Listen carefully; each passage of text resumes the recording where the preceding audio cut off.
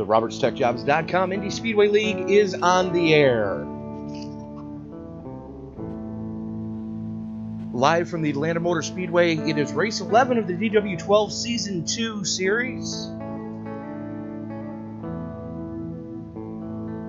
And I do apologize for the somberness right now, ladies and gentlemen, but I just received word that one of our fellow racers lost his mom this morning. And I'm trying to hold it together because he's such a good guy and he's going through such a problem right now. I'm sorry if I'm breaking up, but this race is dedicated to the memory of Terry Lee Napier.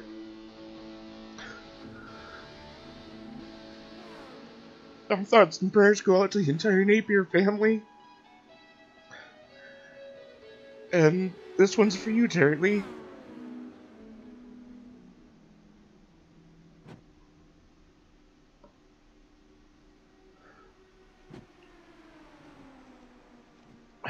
Sorry, ladies and gentlemen, please bear with me a moment. I just received word about this just before the broadcast started. And it just hit me. And I do apologize if this is coming across as not as professional as anyone would like, but I don't give a shit right now. A good friend of mine just lost his mother. And I know that we may not always appreciate what our mothers do for us. But you gotta remember something, folks. There's nothing in this world that's gonna replace a mother's love. And John, for you and your entire family, I my sincerest condolences. And if there's anything you guys need from me, just let me know.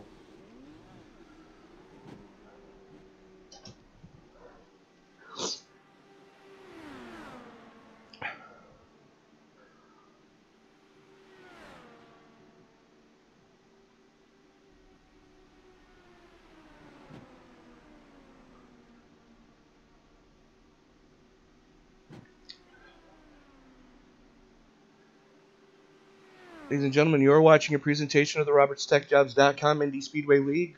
RobertsTechJobs.com, of course, is your Midwest leader in attempt to hire and contract positions in the IT field for IT professionals. So if you are an IT professional in the Midwest, or if you're looking to relocate, go to RobertsTechJobs.com. Be sure to let Bill know that the ISL sent you.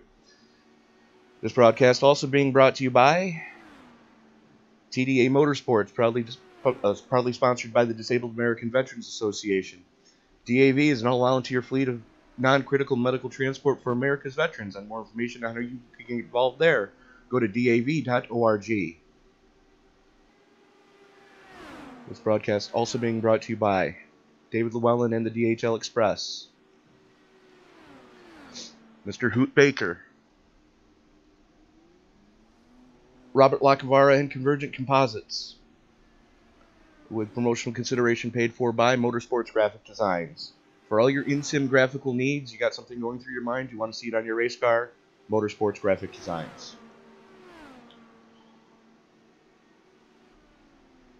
Two races left to get into the chase, and we are here at Hotlanta in the DW12s. So Rich Passo up in the booth with you tonight. And once again, thoughts and prayers going out to the entire Napier family with their loss of the beloved Terry Lee Napier early this past morning.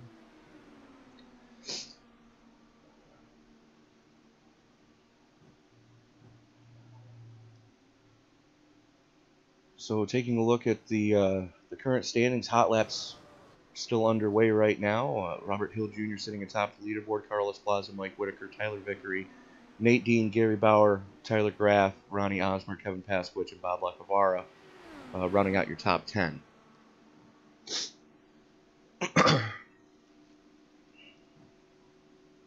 So just about 3 minutes left in the hot lap session.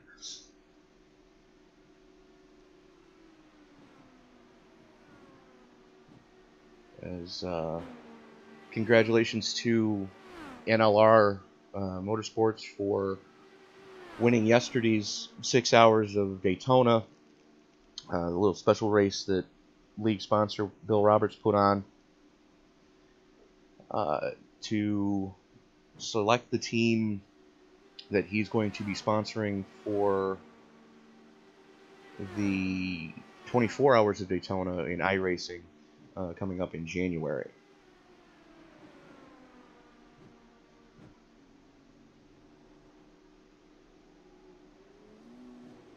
So I'm just looking through the field now. Looks like 24 cars slated to go off in this one.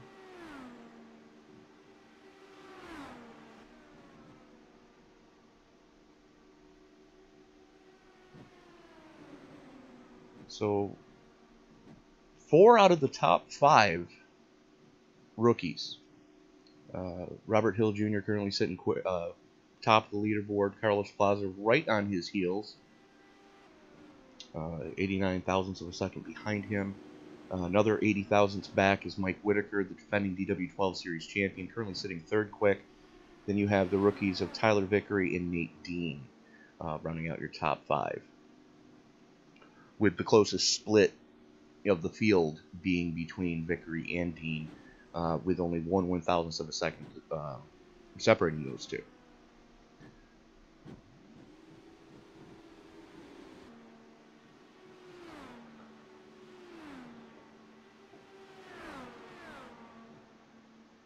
So,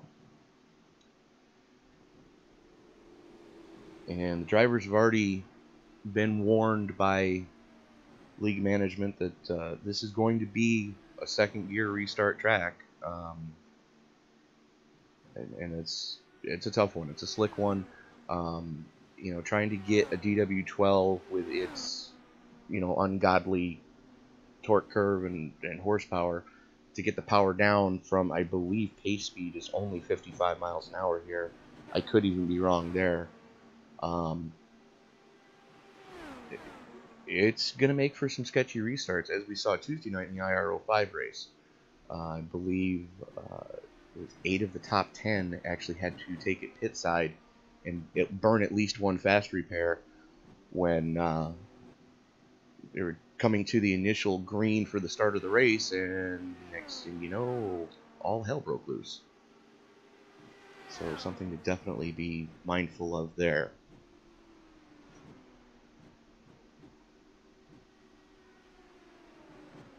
So about 20 seconds left in the hot lap session. Then we're going to leave the standings up, and you guys can watch live qualifying with us.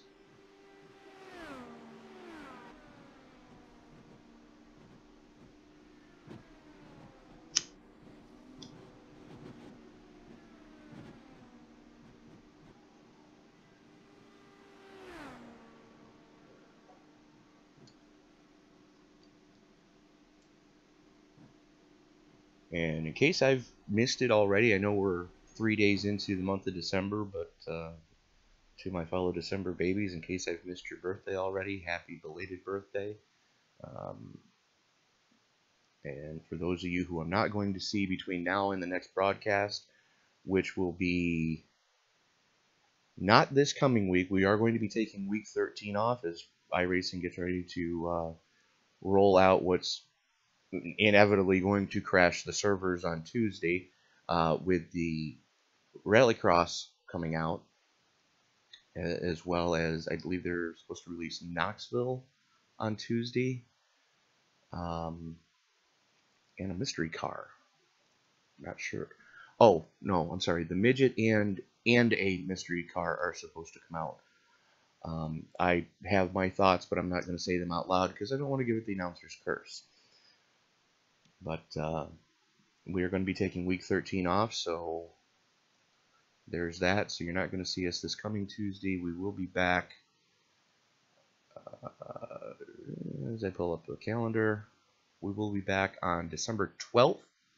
We will race December 12th at Dover, then the 17th at Dover, and then we're off for a couple of weeks. I believe we're picking back up on January 2nd.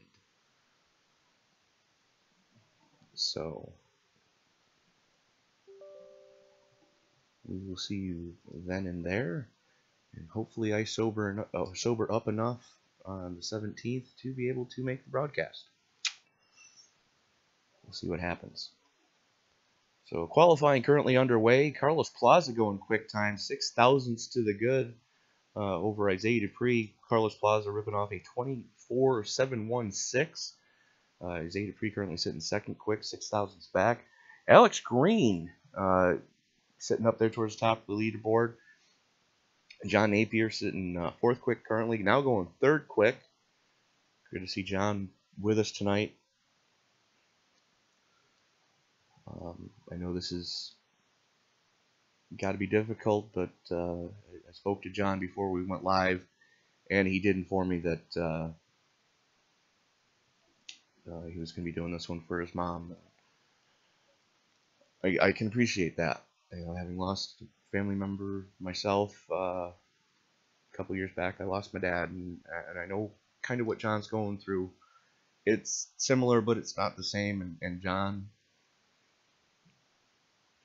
again, thoughts and prayers going out to you and your family, sir. Ladies and gentlemen, if I get a little emotional in this one, I do apologize.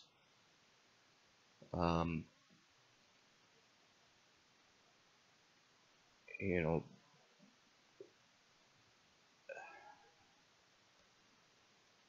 I'm trying to choose my words carefully because I don't want to have this come across the way it's probably going to sound, but if you haven't talked to your mother this week yet, do so.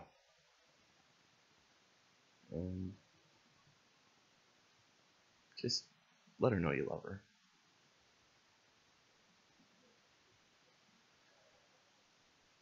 So we are just about 90 seconds before the drivers' meeting is going to kick off here. David Llewellyn going quick time. No real shocker there. Gary Bauer going 24.593. He's joined on the front row with his Team Booz Brothers teammate. David Llewellyn currently sitting 7 thousandths of a second back. Another 4 thousandths back to the rookie Mark Carpenter. Isaiah Dupree, Chris Bouchard rounding out your top 5 in the Razor. Carlos Plaza, Robert Hill Jr., Tony Rice, and defending DW12 Series champion Mike Whitaker rounding out your top 10. So,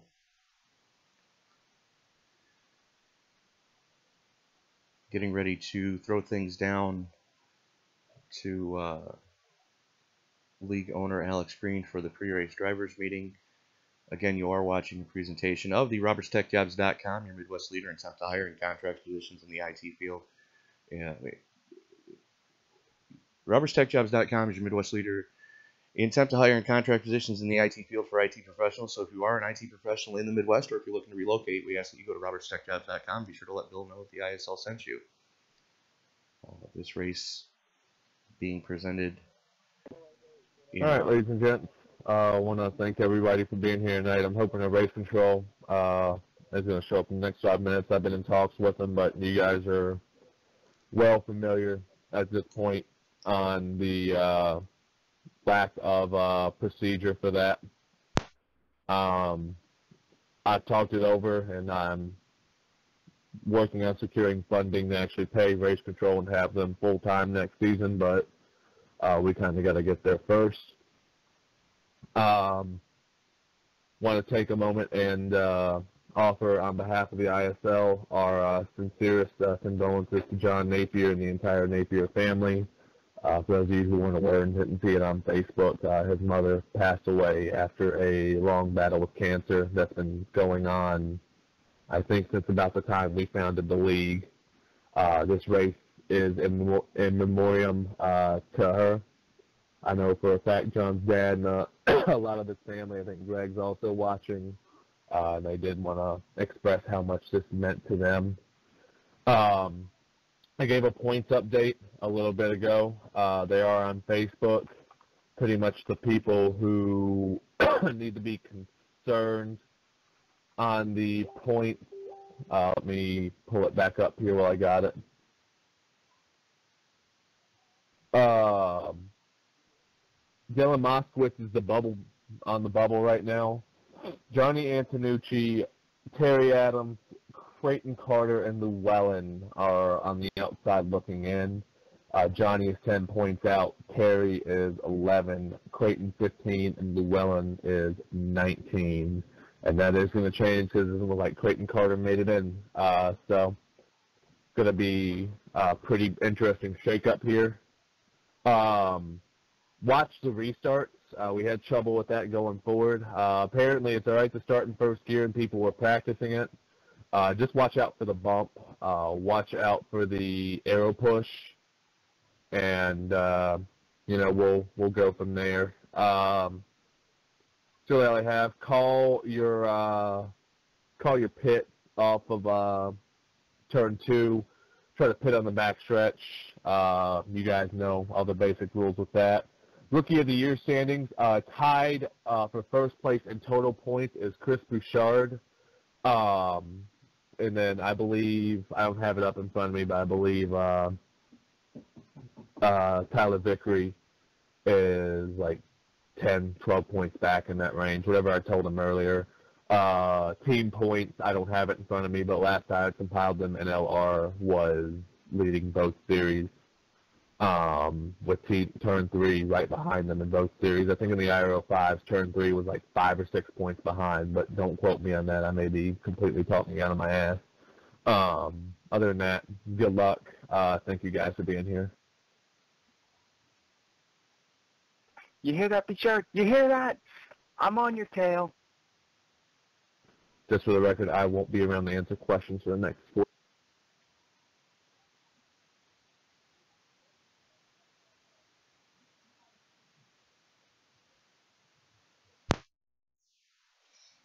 All right, so the pre-race drivers meeting getting ready to wrap up. Just about minute 20 left. We do ask that you join us in a moment of silence for Terry Lee Napier. Again, thoughts and prayers, condolences going out to the entire Napier family at this time.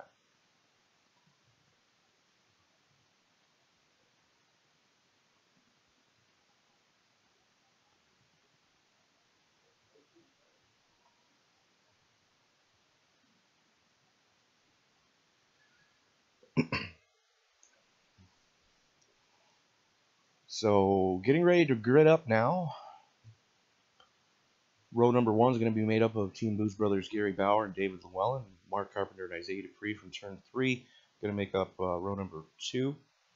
Ray Zerkett and Chris Bouchard in row number 3. Row 4 is going to see Team Phenomenal's Kevin Passbush joined with Mr. Carlos Plaza. Evolution Racing's Robert Hill Jr. is going to be joined with Tony Rice in row 5. Row 6 is going to see defending DW12 Series champion Mike Whitaker. He's going to be joined with Jose Olivas. Johnny Antonucci and Bob Lacavara are going to be in row number 7. Row 8 is going to see Tyler Graff and Nate Dean. John Napier and Alex Green in, and I just lost my standings. Great.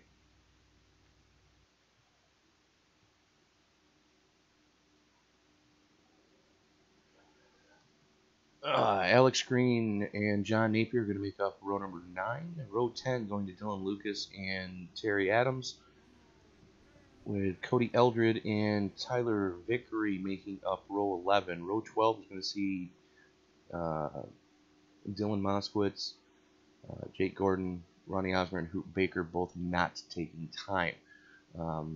Tyler Vickery starting in the 22nd spot is going to be the last car to actually take time. This car is getting ready to grid up now.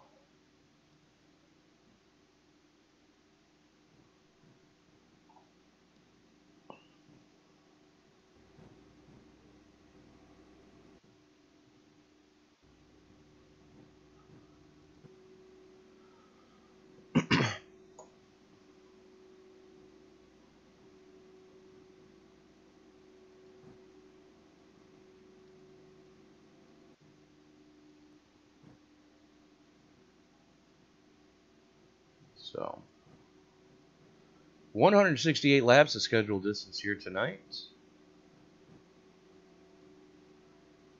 This is the field starting to grid at this time. And of course, Trading Paints being finicky with me as always. So I would like to remind everybody we will not be on the air with the ISL on Tuesday night. Would ask that you join, provided he is still able to do so.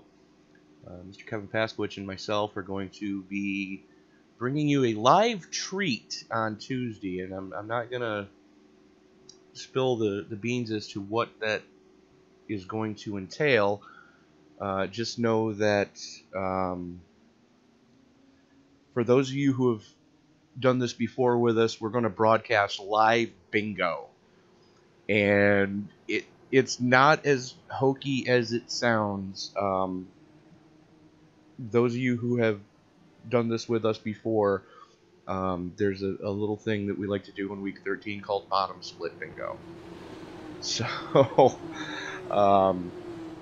something to keep an eye on there. As the field's rolling off right now, working its way down the back straightaway.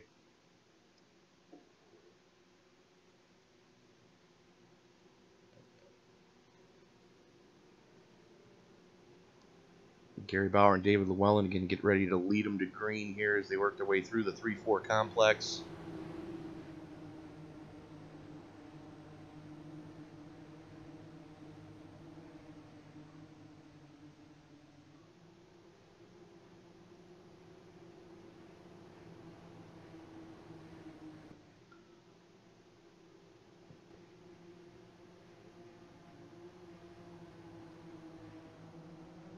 Green, green, green. And we are live from the Atlanta Motor Speedway. Looks like everybody got away for at least a semi-clean start this time.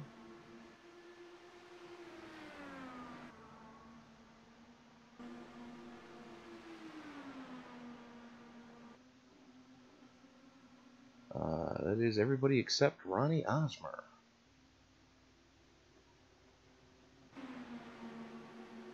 So Bauer, Llewellyn, Carpenter, Dupree, Bouchard, your top 5. Basically throw a blanket over them, and then these guys are really starting to haul the mail now. As let's see what happened.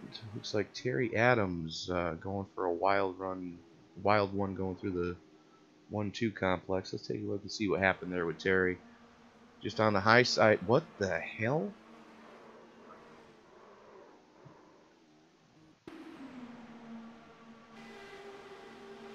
So you see Terry there on the high side.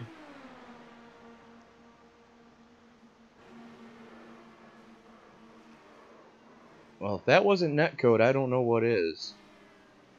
Tyler Vickery on his inside. Let's watch this again now. Keep your eye on Vickery.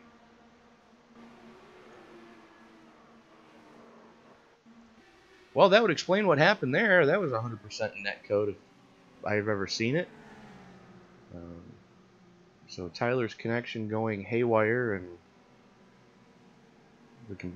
the algorithm that is Iracing, not knowing exactly where Tyler's car was, decided to throw Terry Adams into the wall.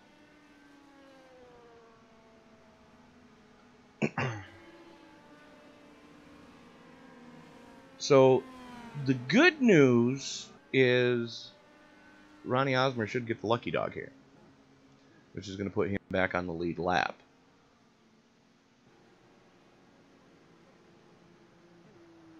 As we see some cars taken at pit side. Looks like Robert Hill Jr. going pit side. Oh, Canada.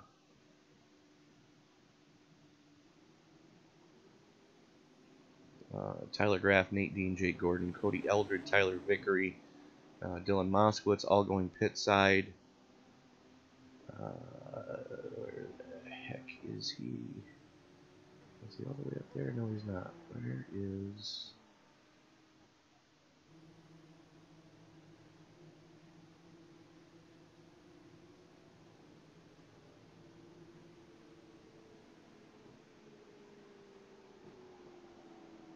User was moved to your channel. So we're going to touch base now with Mr. Hoot Baker. Hoot, what seems to be going on with you, sir? Not a lot, Tony. Good to be back up in the booth, man. It's been a while since I talked to you. Fair enough. I noticed you've been in the pit since the race started. Are you just going to sit this one out? Yes, sir.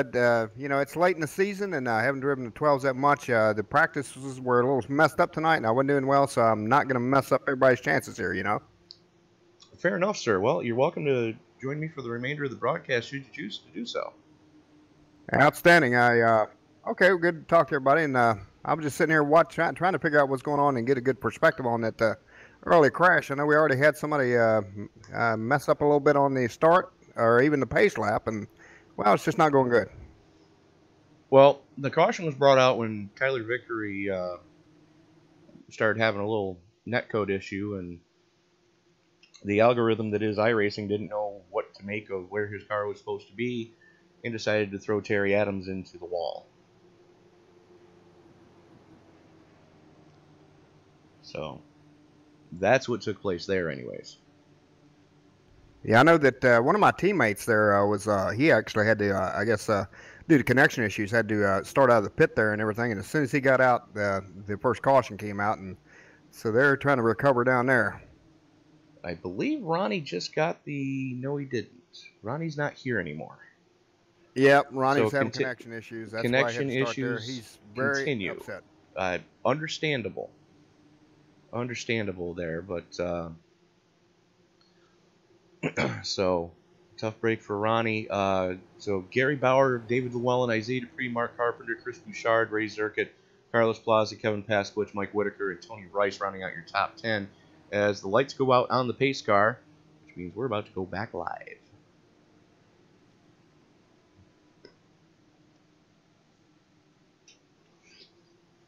So field working its way through the 1-2 complex right now. There's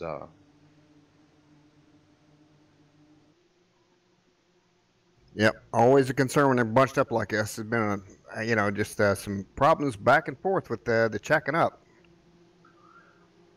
well, you get the checking up. You get guys that are a little.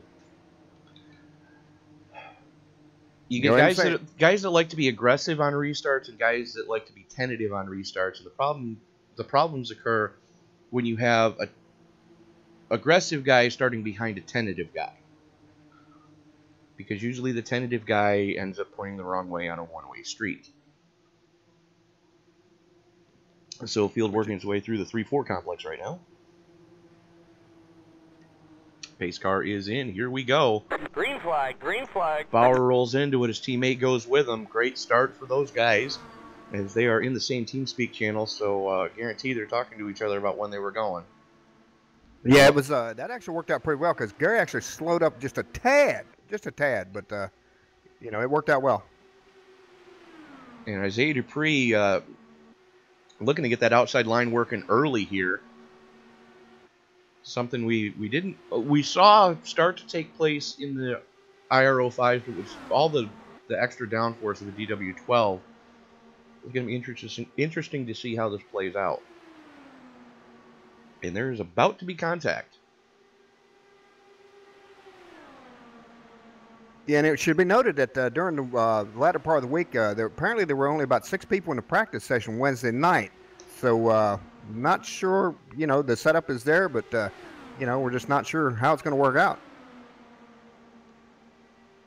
And that's been a problem basically since day one. It was getting enough quality feedback to get a setup built. Terry Adams and the rest of the setup committee have just, they're doing everything they can to try to give the drivers on the track a decent setup that's not going to kill them lap after lap. During season 1 of the IRO5s and during season 1 of the DW12s. Oh, 3 wide, there we go. And there it is. David Llewellyn's one of them. Yellow, yellow, yellow.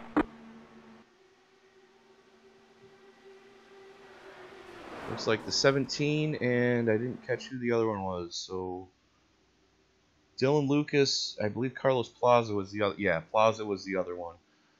Let's see what the chopper caught on that one, because that looked like it could have been less than advantageous. Yeah, So I was actually watching one of those cars right when it happened. I saw it coming and just didn't get the names though. Well, there's Plaza in the white and black car going to the inside, and Lucas, I don't know what the hell just happened, but those guys went for a ride to the infield care center quickly. You see Lucas in the middle there. Llewellyn's on the high side. Oh, wait a second. Let's go to a chase cam and see what happened there. So we're watching this again. This is the chase cam on Llewellyn's car. Watch the distance between Llewellyn's car and the wall. Yeah, Lucas came up into him. No, we'll watch that on a chase. Just, if I recall, when I was looking at it, just for some reason they all just squeezed down on the inner part of the track there. Okay, that wasn't Lucas. Who was that?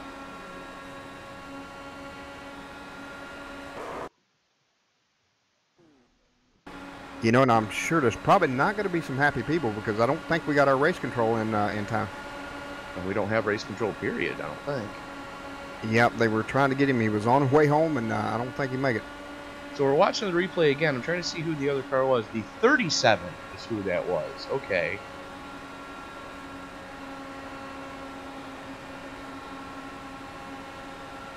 Yeah, and that was pretty much, they were all down on the lower half of the track, right? Yeah, that was, well, Mark Carpenter was in the middle there. So let's watch what Carpenter does here. And I'm sorry, Dylan, for accusing you of that. Yeah, Mark just went up into David, and both David and Carlos went over the retaining wall and got poofed by the sim back into the pits. And then it looks like there was another accident above, in front of them. What the heck took place there? Okay, we just, looks like I'm watching the leaders here. We just went through a second round of pits, it looks like, and we got Tony Rice out front right now. Okay, well, I'm trying to figure out what the second... Who was that?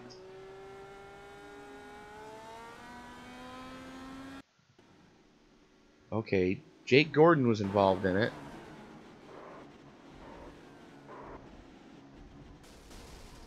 Okay, so right now you got Tony Rice. Yeah, hold on, Hoot, because I'm trying to see what happened in this second incident here. That was Alex got into somebody.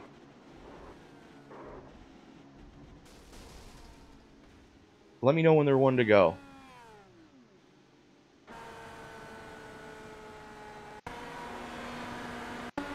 So here we are coming down the back straightaway. There's Green's car. And there's going to be a car that's going to appear on his high side. So there's the first wreck. There's Dylan Moskowitz. There's Alex, and yeah, that's what it was. Alex and Dylan got together, and which is why I originally thought Dylan was involved in the first one. No, that Dylan was involved, or not Dylan, Dylan Lucas. Why I thought he was involved in the first one, he was actually involved in the second one. So, yeah, there were two separate accidents there, and it wasn't the first one that brought out the caution, because those guys ended up down on the apron. It was actually the second one. So yeah, that one I did not see. So, okay, lights are off on the pace car. Lights are off on the pace car. Tony Rice on the inside. Isaiah Dupree going to be the first car that actually took it pit side. So Rice on 14 lap old tires. Kind of gambling here, running the old Valvoline paint scheme on that one, the old Gallus paint scheme. One that is very similar to the one I gave you for Throwback Weekend when we did the races at. Yeah, I can really think tonight. I'm not sure how the pit cycles went there, but Tony's out, but Gary's right back out there with him in fourth. Well, the thing is, Tony Rice did not pit, so Tony Rice is going to have control of the field here. Isaiah Dupree, the first car to actually pit, starting on the outside there. So it is going to be interesting to see You know Green how flag, green flag. Rice holds him down until the green actually comes out. And I think that caught a couple of guys sleeping there. So far, so good as we are.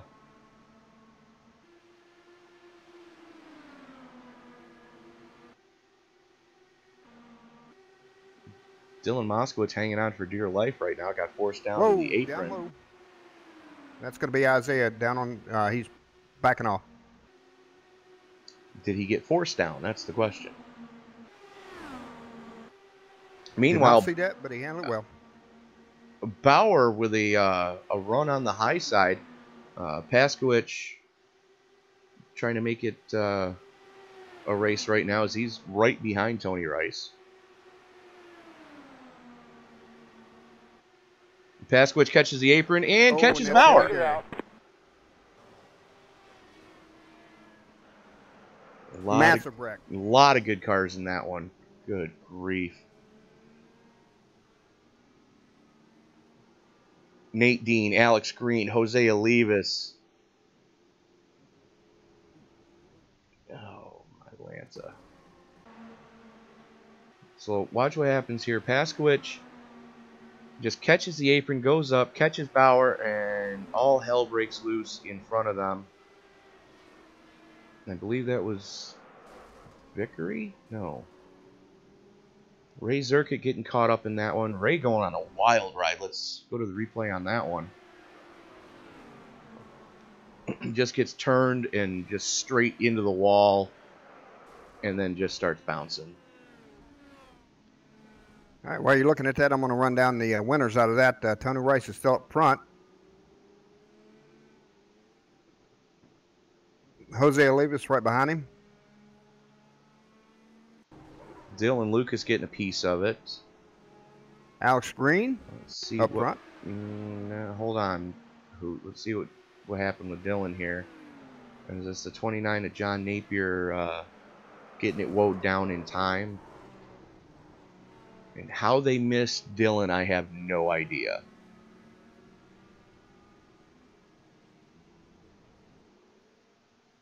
Yeah, I'm seeing a lot of chat going on there, and I'm kind of glad I got it turned down right now because I'm sure I don't want to hear much of it. I have it completely turned off. So that one, gotta actually put that one 100% on Paskowicz on that one. He just caught the apron and up the track he went and wrecked a lot of good cars. And Gary Bauer has no steering. So. All right, so like you were saying, Tony Rice and Alex Green coming out on the positive side of that one. Yeah, and Chris is diving in now.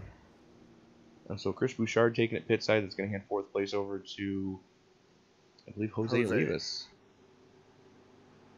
Of all the times to have a blink, Jose blinked at the right time.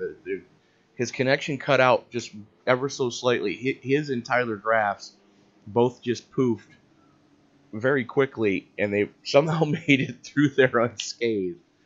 So yeah, I'm not sure why Chris went in because, like I said, he had went down on the apron and lost a lot of spots right before that wreck, and maybe there's something wrong with his car, and that's why he dived in there. Well, or maybe he had stayed out. No, he didn't. Tony Rice is the only car that has not pitted yet. As we are currently working lap 19 of 168. You are watching a presentation of the RobertsTechJobs.com Indy Speedway League. RobertsTechJobs.com, of course, is your Midwest leader in time to hire and contract positions in the IT field for IT professionals. So if you are an IT professional in the Midwest, or if you're looking to relocate, go to RobertsTechJobs.com. Be sure to let Bill know that the ISL sent you.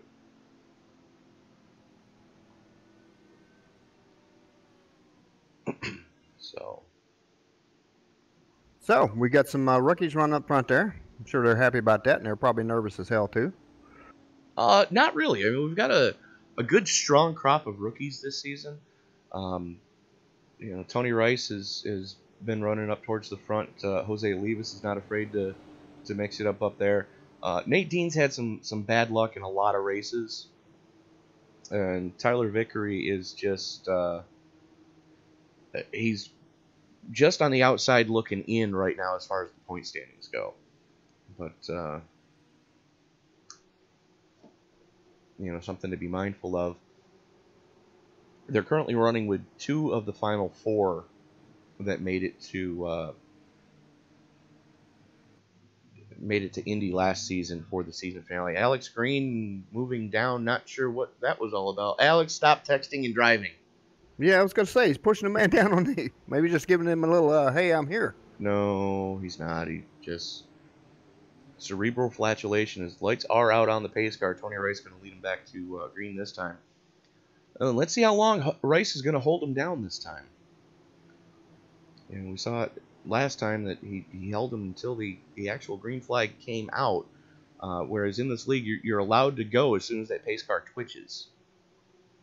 And right now, they are under pace speed. Pace speed 70, he's currently doing 65.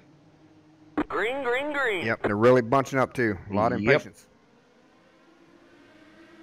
Alex with a good run. Well, Alex, as soon as that green light came on, hit fair game. So Alex Green getting a good restart. Tony Rice may have let Alex go on that one. As here comes Tyler Graff to the inside. Now, we've seen Graff and Green work together before, but that was both when they were both running for Team NLR. Some disagreements happened earlier in the season, and Alex moved to Team Phenomenal. As you see, the PH Aware Yellow flag is out. logos on that car, and here we go again. Not doing this anymore. And all the leaders are still through. Everything's fine up front.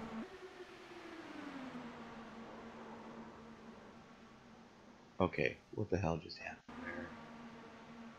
So there's Johnny Antonucci, who ended up on his lid. Gary Bauer, who's a couple laps down, goes to the inside. I don't know anymore.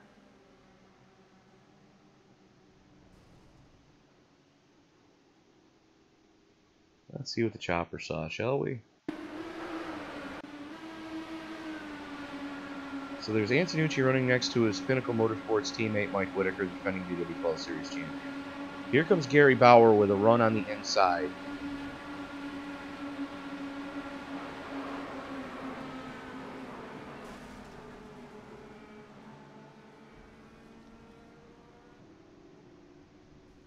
And we have yet another lap car getting into a lead lap car and causing havoc. Yeah, I just now went back and I'm looking at Gary here. I'm looking at that wreck and I know. yeah, just Gary got a little push. Yep. There was no reason to make it 3 wide this early in the race. We're only on lap 24 of 168. So, and I've just... Yeah, I'm not sure what was going on with Gary and Johnny Antonucci there. I'm not sure whether, I don't know. I don't know. Looked like Gary had a run on him, though. He did, but you got to kind of pick your spots.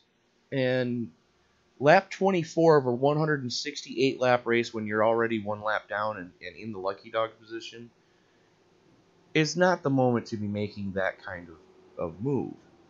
Nope. And there definitely needs to be some give and take there. And, it's hard to say if you, depending on which driver you are, I'm not going to give this and I'm not going to take that.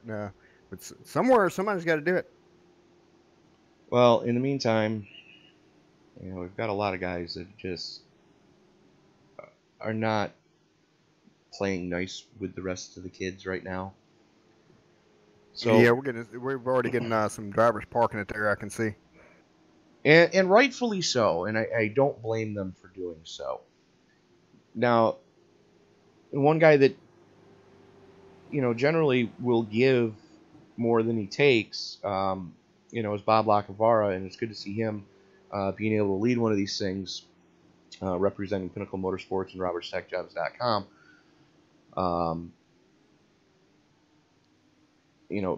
Bob choosing to stay out, trying to get off cycle with everybody else, because if you're doing the same thing as everybody else, you've got no chance of You know, or how's that old saying go? If you're not the lead dog, the view never changes. Get that mental picture out of your head for a second, you know. Yeah, well, you know what? I've always been a big fan of Bob. You know, he's just a nice guy, and he's generally a super clean racer. You know, he's The not only afraid to get up there and do it, and he'll well, hang in there, but he will not generally cause a wreck. You know. well, here's the thing, and this goes back to what I was talking about earlier, where you have cautious restart drivers with aggressive restart drivers behind them. The only time I'm not a fan of Bob Lacavara is when I'm on the track and restarting directly behind him, because Bob's one of the cautious drivers trying to stay out of trouble, whereas I'm normally one of those drivers that on a restart, I'm trying to use the fact that I've got cars that I can get to in front of me. You know, I'm trying to use that to my advantage as quickly and as effectively as I can. So if I'm having to restart behind Bob, I gotta take it easy, or else I'm gonna be, you know, that guy, and you know, Bob's too nice of a guy to be that guy too. You know what I mean? Oh, I understand, and I'm exactly the same way. I'm the Bob Lockerbird type of driver. You know, I'm a little bit cautious and everything, and I don't mean to get in anybody's way, and I don't try to. But like you said, we can be frustrating to the faster drivers. No. I didn't say faster. I said aggressive. I'm not ever going to say I'm faster than you, but I am going to be more aggressive than you on a restart. Yep, and Bob is, I guess, The exact same way. You try to just ease your way through the race, maybe. Right. But that's the only time I'm not a fan of yours or Bob's is when I'm having to start directly behind you, and you're like, come on, go, damn, you know, one of those situations. And understood, and I think a lot of times that's Bob is like me. You just call it out when you're behind me, and I will definitely just tell me which way you're going, and you can go. Oh yeah, no, but yeah, no, I mean, no qualms there. But Pinnacle Motorsports with a strong showing right now with 2 cars in the top 4. Lacavera holding him down till the green flag comes out, getting a pretty decent jump for everybody. Field's starting to get strung out. Yeah, oh yeah, definitely. That was a textbook. One car down in the wall inside. No caution. Criminy. Oh, it's John Napier. What happened? He's already got wing damage. I didn't see anybody around him. I saw it in the back of the camera there. I didn't see. Oh, we got one in the wall going outside. Yeah, John already had wing damage, and apparently nobody told him. Dylan Lucas into the wall now, too. What happened to Dylan? I'm still watching up front. Everything's still clean. He just tried to go 3 wide through the dog leg, and that's not the place to be doing that. So he's now limping it back to pit. Oh, I did not see what caused that one, but I heard it. Nate Dean. Ooh, who is that? It's Jake Gordon. Race back to the line, and looks like it's going to be Bob still in the front. And Jake Gordon is breakdancing.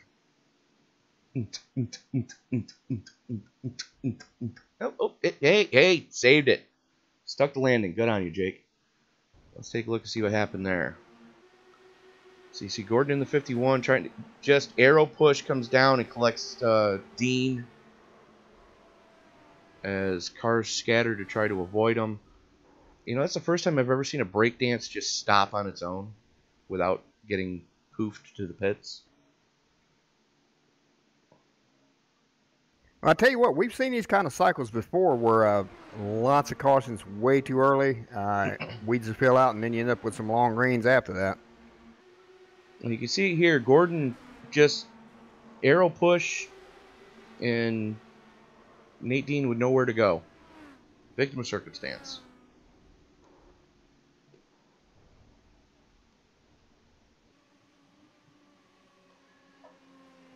So let's go back live. All right, and I'm going to be right back. You do that. So pit road should be open this time. Let's see if we got any takers coming down pit road. Lacavara currently 17 laps into his stint. We're working lap 30. So Lacavara staying out, Whitaker staying out, Graff staying out, Alex Green stays out, Cody Eldred, Jose Olivas, and Tony Rice all stay out. Isaiah Dupree taking it pit side. Carlos Plaza staying out as well. So your top 9 with Kevin Pasquich staying out as well. So your top 9 stay out. Isaiah Dupree taking it down pit road. Chris Bouchard. Looks like Tyler Vickery winning the battle off pit road.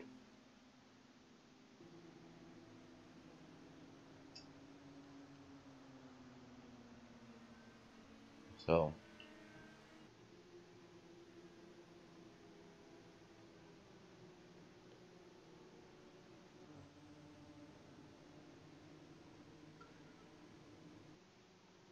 let's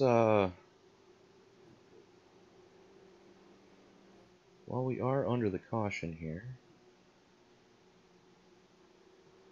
gonna quickly jump up here. User was moved to your channel. And we're going to touch base with Mr. Kevin Pasquich, driving for Phenomenal Motorsports and PH Aware. Kevin, noticed a special paint scheme on your car tonight. Yeah, Tony. So basically we're running, they call it the Periwinkle Flame. And it's very common in the patient community when a patient passes on, that they'll say, you know, we're burning a periwinkle flame or a purple flame. And unfortunately, this week falls on the anniversary of a couple of folks who've passed. And then we also had a very important person in our community, Tiffany Gunderman, who passed away this week. And so we're just a way to, you know, to thank her and to thank Kevin Berger, who was a very good personal friend of mine, and of course Addis and so many others, as a way of thanking them for all of their dedication and hard work and for, you know, being the patients that they were. We're running the paint job for them. You're talking about true leaders in the pulmonary hypertension awareness community. Yes. So yeah, we have patient leaders. Kevin Berger, who was he founded the first real men's group for male PH patients. Tiffany Gunderman was so instrumental in so many different groups and organizations, especially in California, for PH awareness and PH patient support.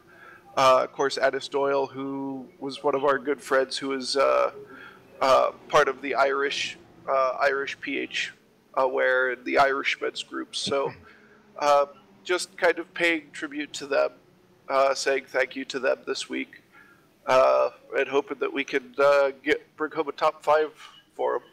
Well, best of luck to you, and I know that I noticed you've got an unofficial teammate this week with John Napier running with you and Alex Green in the PH Motorsports chat room.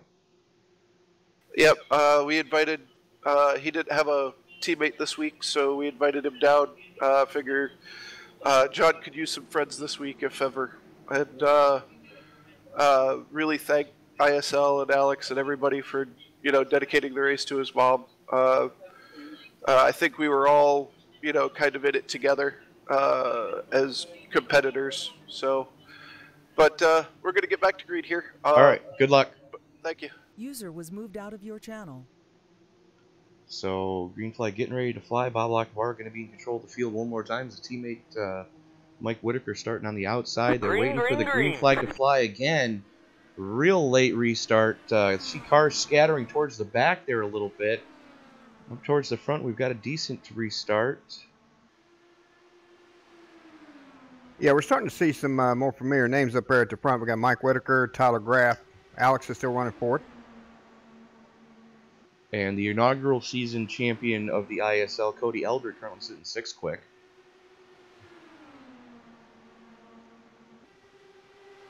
And Cody running for Old Schools Motorsports in the Land Before Time, number 14 tonight. And it's good to see Carlos Plaza rebounding back from that earlier incident, currently sitting in the number 5 spot, as they're really digging in front of those guys right now. Yeah, I thought I saw Tyler and Mike starting to work together a little bit, but it looked like Tyler made a little move on Mike there, so I'm not sure what's going on, if they're not They're not talking, I don't reckon. So, Well, when you have the defending DW12 Series champion and the defending IRO5 Series champion together on the track as close as these two guys are, a little bit of spin there in the front. Just a little sideways. And it's Alex Green off the pace right now. Gets it collected back up, though. We stay green. No pun intended. Oh, we got one in the wall out there. Yellow, yellow, yellow. Jose Olivas.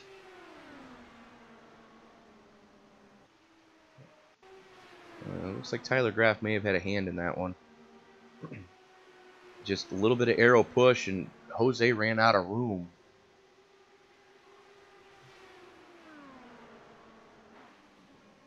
It's a tough break for Jose right there. Had a great run going. Stayed out of trouble, and just up the track she goes.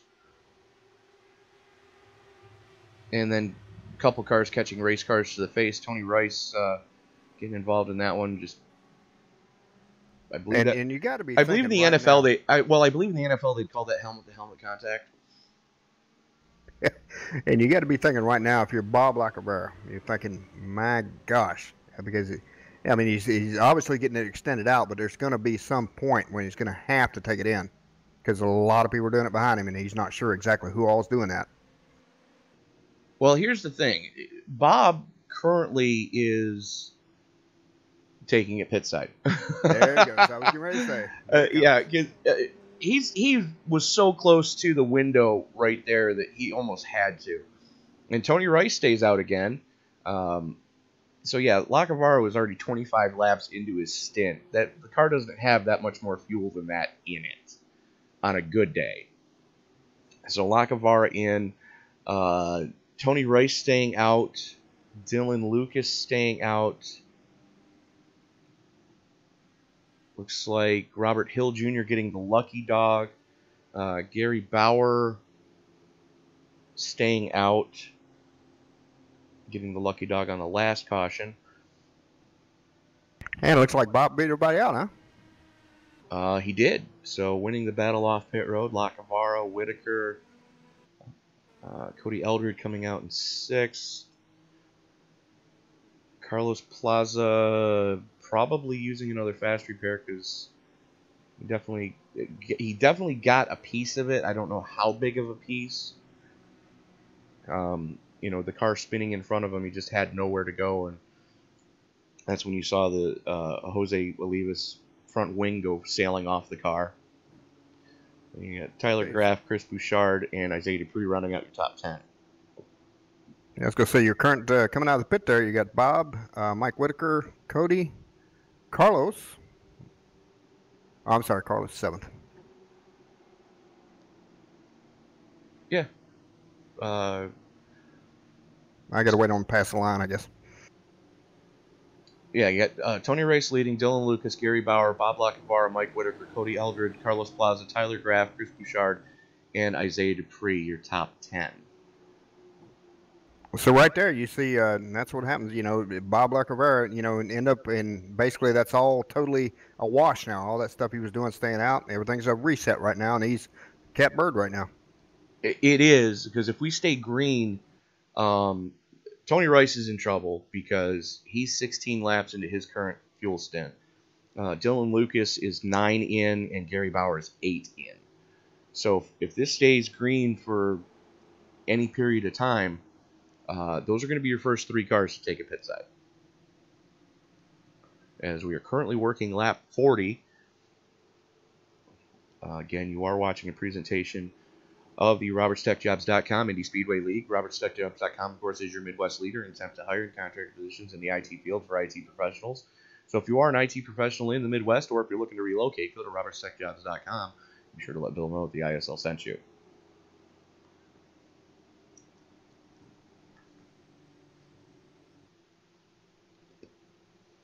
Probably a whole lot of chatter going on with the teams down there right now because this field is really shuffling around a little bit. And Dylan Moskowitz playing the pit game, taking it pit side late here. Lights going out on the pace car. Moskowitz taking a gamble, going One final top off on the number 4 car. It should get released from the pits just in time to cold trickle the field. And for those of you who don't get that reference, you're not a racing fan. Hey, I said it. What of it? hey, you got to call it like it is, right? Absolutely. But not sure who is race control tonight. If we've got anybody in the race control booth, I don't see anybody over there. And that's what we were discussing earlier. He didn't get back in time. It looks like so. Probably not. Probably some people down there probably yelling for race control. Didn't realize that there is none tonight. True story. So Tony Rice is going to have control of the field. See Bob Lacavara kind of trying to get into some fresh airs. Green flag. That green is not flag. a good start at all. Rice pulls the trigger early, caught these guys sleeping. He did 2 restarts where he waited on the green. Got a great jump. The only question is what's going to happen when they get back to him. Because you got to figure... I said that wasn't, yeah, and I was going to say, I'd take it back. When I said it wasn't a good restart, it looked a little weird, but it didn't stack up or anything, so I guess it was, hey, it's fine. Well, that's a plus in itself. You see Bauer and Whitaker going side by side. That's your battle for third. And here comes Dylan Lucas. Lucas had a 4-mile-an-hour advantage going into turn 1. The only problem is he had to use the high side, as Tony Rice was protecting that low side like a mother protecting a newborn child. Yeah, and I'm currently back here watching Bob now. He's running 5th, and he's got, people moving around him and everything, but he's maintaining. Absolutely. He's got defending DW12 Series champion Mike Whitaker in front of him. He's got the rookie Carlos Plaza behind him. And Plaza is one of those guys that he kind of knows where to put the car. I didn't know what to think of Carlos at first when he first started running the big cars with us. But that young man is starting to really impress me. And we got Gary Bauer up in 3rd. Did Gary pit that cycle? Gary did not. And there it goes. And there it is. And there it goes again. Yellow flag is out. All right, so let's go back and see what happened there. We're going to go to the... let's go to a chase cam on Gary's car and see what actually did take place.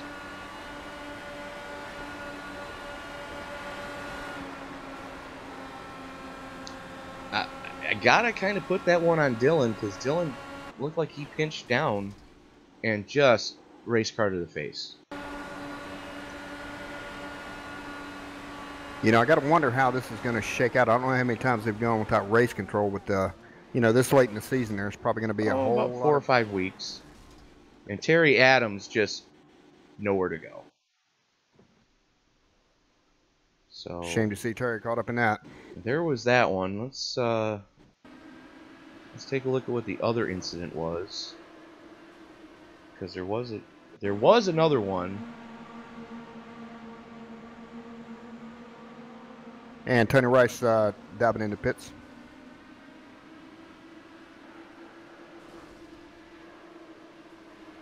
Looks like Bob Lacavara and that's Carlos Plaza in the 20. So let's take a look and see what happened with those two. Bouchard also into the pits.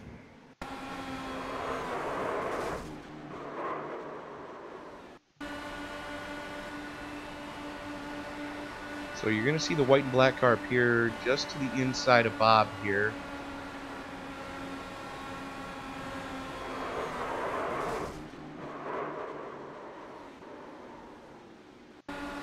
Let's watch it from Carlos's view. Carlos is on the inside. Bob's about to lane up.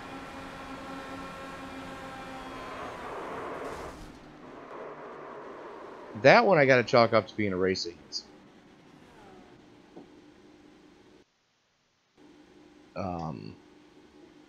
Depending on how it all shakes out here, we got Gary Bauer, your new leader, with Mike Whitaker, Tyler Graff, Cody Eldred, that's the Isaiah. The thing with not having live race control is I dare say Gary might have been getting an EOL had there been live race control.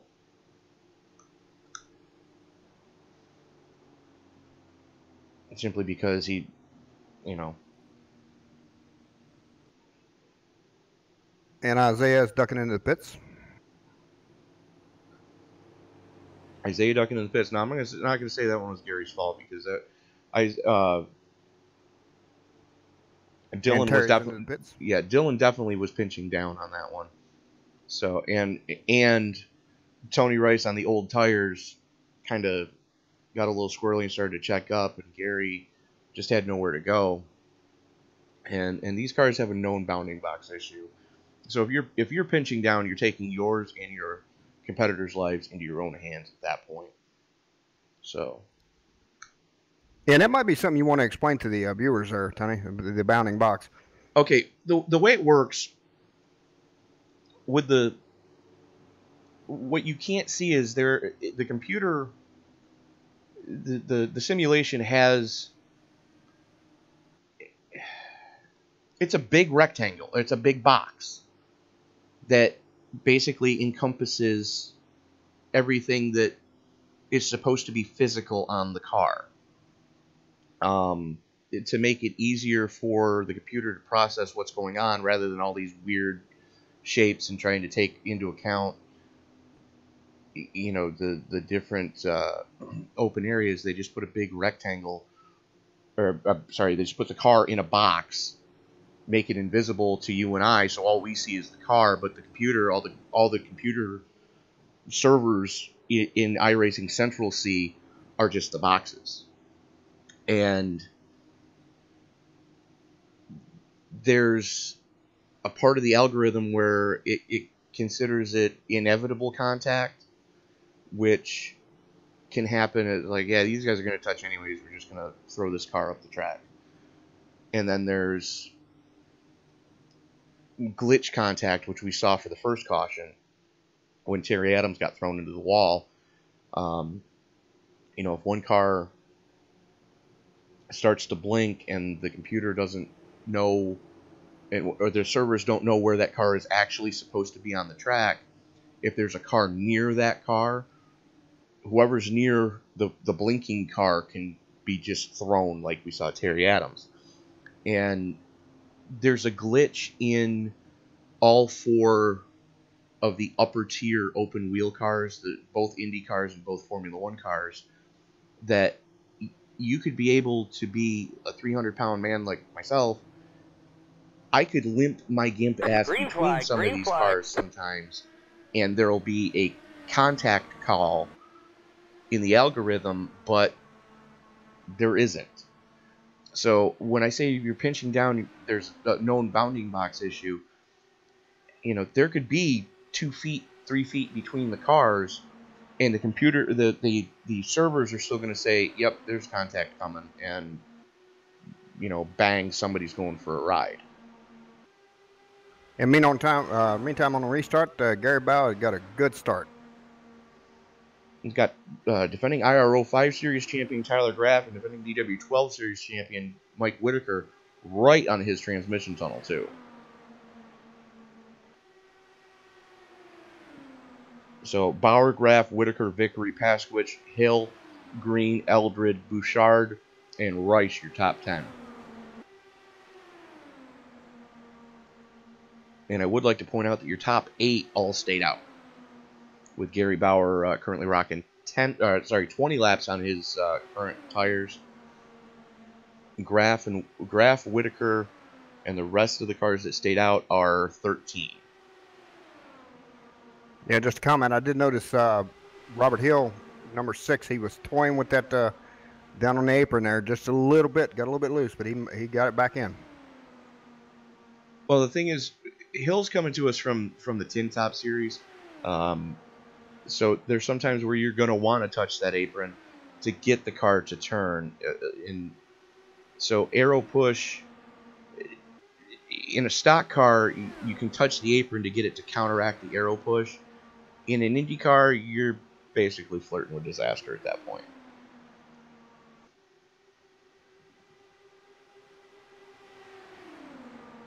As we see Whitaker and Graff going at it for second. Pasquich right there.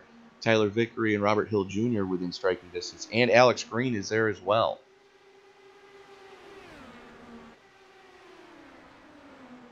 There's Vickery and Green going side by side. There's Hill on the low side. Vickery and Hill, teammates running for Evolution Motorsports. Yes, sir. That's my team, and like I said, there was no way I could be able to run. I didn't have enough practice time, and I wasn't comfortable with it, so they're out to run without me today. Well, it's still good on you for realizing that, you know, you might have been.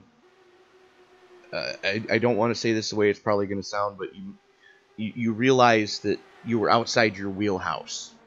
Oh yeah, that's what I call. You don't want to be out there and be an issue. Right. Where, you know, it was kind of like I was last night when I decided I was going to try to jump into an official late model race at USA and went, yeah, no, this is not going to work. I'm going to get out of here before I, you know, kill anybody. I don't want to be that guy. And for those of you who are unaware, Iracing in the coming update tomorrow will be releasing a whole ton of new content, as well as pit crews are going to be animated from now on. And they're finally releasing the dirt side licenses. And if you're wondering how that's going to work, no, they're not going to force everybody to go back to rookie street stocks. If you have run 25 official iRacing dirt races since its release, they'll let you keep your current oval license and transfer it over to the dirt side. If you have not run 25 official races, they'll prorate however many races that you did. At least that's my understanding of it. So of the 25, if you run 50%, you'll be, I believe, a C. If you run 75%, you'll be a B. You know, it provide, like in my example, I have an A on the oval side. So if I run half, you know, 50%, I should end up as a C. 75%, I should end up as a B. Which I can deal with that.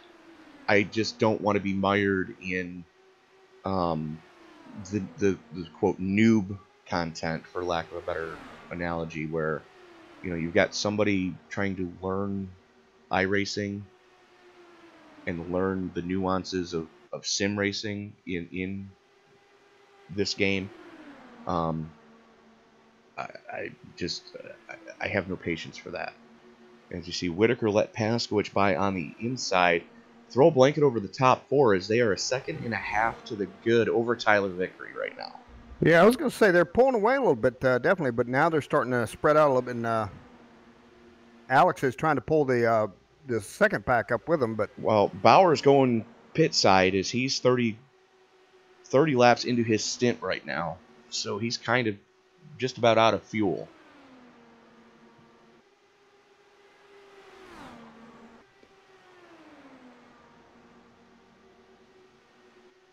And we see Jose Olivas finally coming out of the pits. He was the first one to go pit side.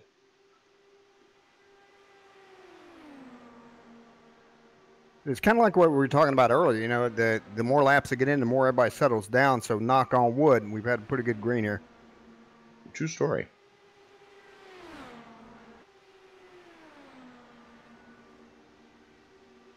As they put Gary trying to lead that second pack up. Trying to, but they're still losing a little bit of time because these guys are running. They're not running nose to tail, but they're running close enough to each other where they're working together and not against each other, if that makes any sense. So Graf, Paskowicz, Whitaker, your top three. 2 seconds to the good over fourth place Cody Eldred, who's got Tyler Vickery, Robert Hill Jr., Isaiah Dupree, Alex Green, and Chris Bouchard and Tony Rice with him. Dylan Moskowitz in 11th, the last car currently on the lead lap. Yeah, Alex is dropping off of that second pack. He was leading that second pack about 5 laps ago.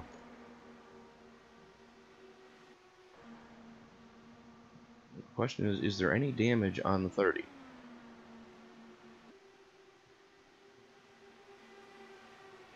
And Alex is going pit side. Alex and Cody.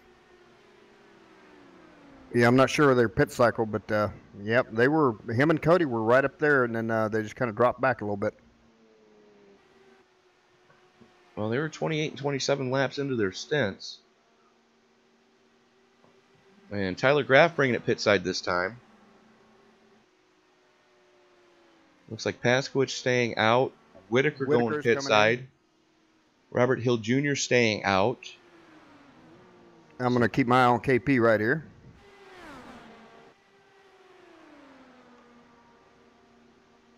Well, here's the thing. If they do this right, and KP now going pit side, Hill going pit side. That's gonna Isaiah Dupree staying out. Only 20 laps on his stint. Bouchard gonna be able to stay out.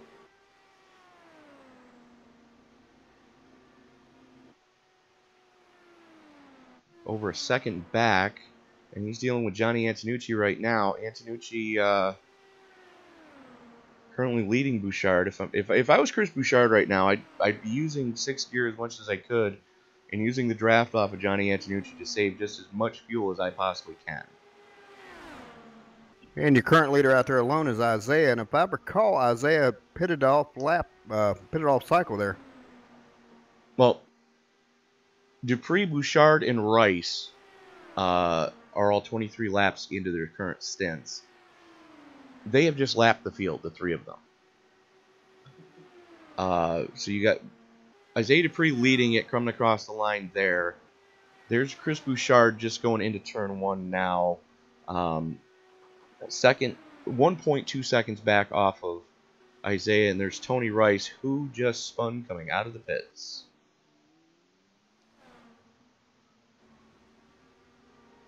Why am I not seeing it? And now we're going to see if Chris Bouchard can get Johnny Antonucci working with him a little bit. The question is, did Isaiah Dupree get dinged for speeding? It had him complete lockdown going into the pits.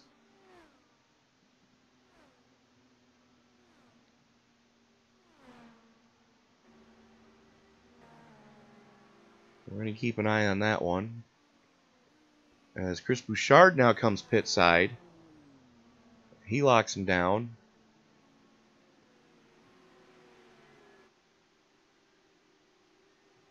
And the answer to the earlier question, no, he did not get dinged for speeding.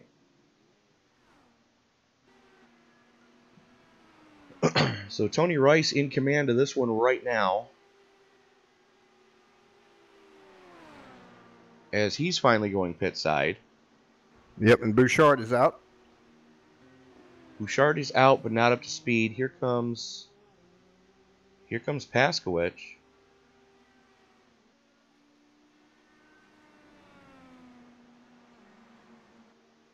And there goes Paskowicz. Yep, going to be Paskowicz and Tyler and Isaiah Dupree. Tony Rice still has not hit his pit stall. So there goes Paskowicz, Graff, and Dupree. That's your lead 3-pack right there. With Isaiah Dupree having the freshest tires of the 3.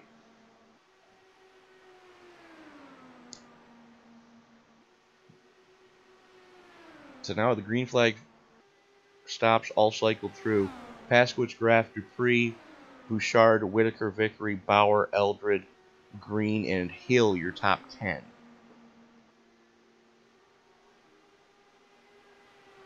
Yeah, and I got to tell you from experience with the 5s, because when you start getting into lengthy greens like this, those pit stalls are really start to become an issue, because you're not real experienced at them. You'll definitely lose. Well, here's the thing. There's Tony Rice, who was the last car on the lead lap, now in position to get the lucky dog should another caution come out.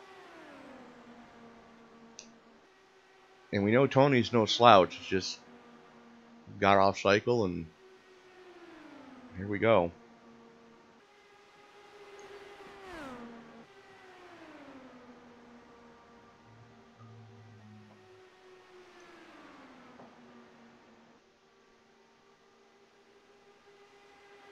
So you had Paskowicz, who was in the chase last season, actually finished 3rd at Indy going into the final race. Finished third in the DW12 Series Chase last season. Tyler Graff almost pulled off the doubleheader going into Indy. And my fellow Evolution teammate there, Tyler Vickery, he's back in 6th. He's not with the lead pack, but they got a little mini pack going on back there. They do. And that could get interesting as Bauer dives to the inside of Vickery. Yeah, he's in there with Cody and Bauer.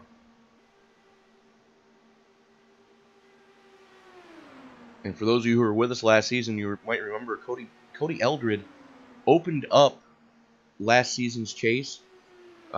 Actually went on vacation, had it planned with the love of his life, and to show his dedication, Cody actually raced from the McDonald's parking lot using the Wi-Fi at McDonald's.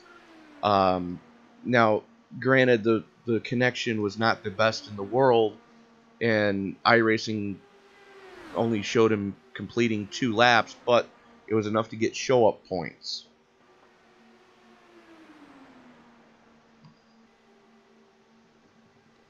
And these guys are starting to reel in Whitaker, who's currently sitting in 5th. Yes, they are, and they're being a little patient with each other. They're swapping positions back every now and again, but they know the deal. They know what's going on. Absolutely. As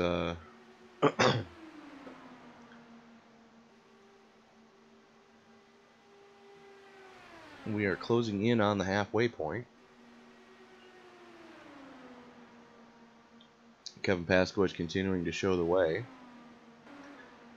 Tyler Graff trying to get some rubber built up on that second line. Gonna need some help to get that second lane working as well as they want it to.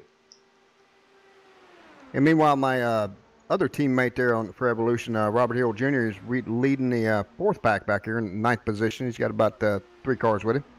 A little spread out. I see that.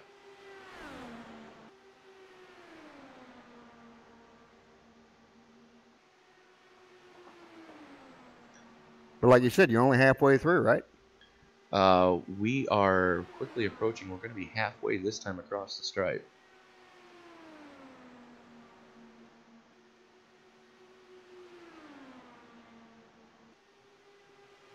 We are officially halfway.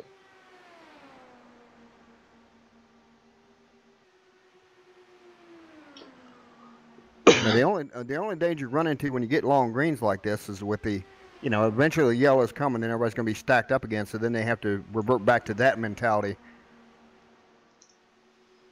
Well, the other thing you got to watch out for, too, is what's going to bring out the next caution.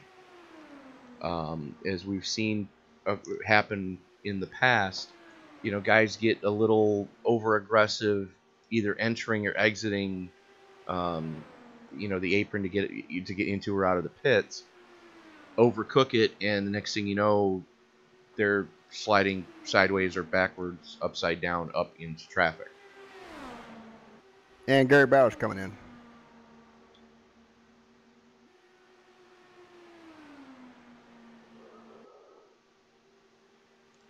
That, and besides the aggressiveness, there also gets to be a little bit of fatigue sets in. Even everybody loves running the green laps and everything, but after a while, just eventually you're gonna slip.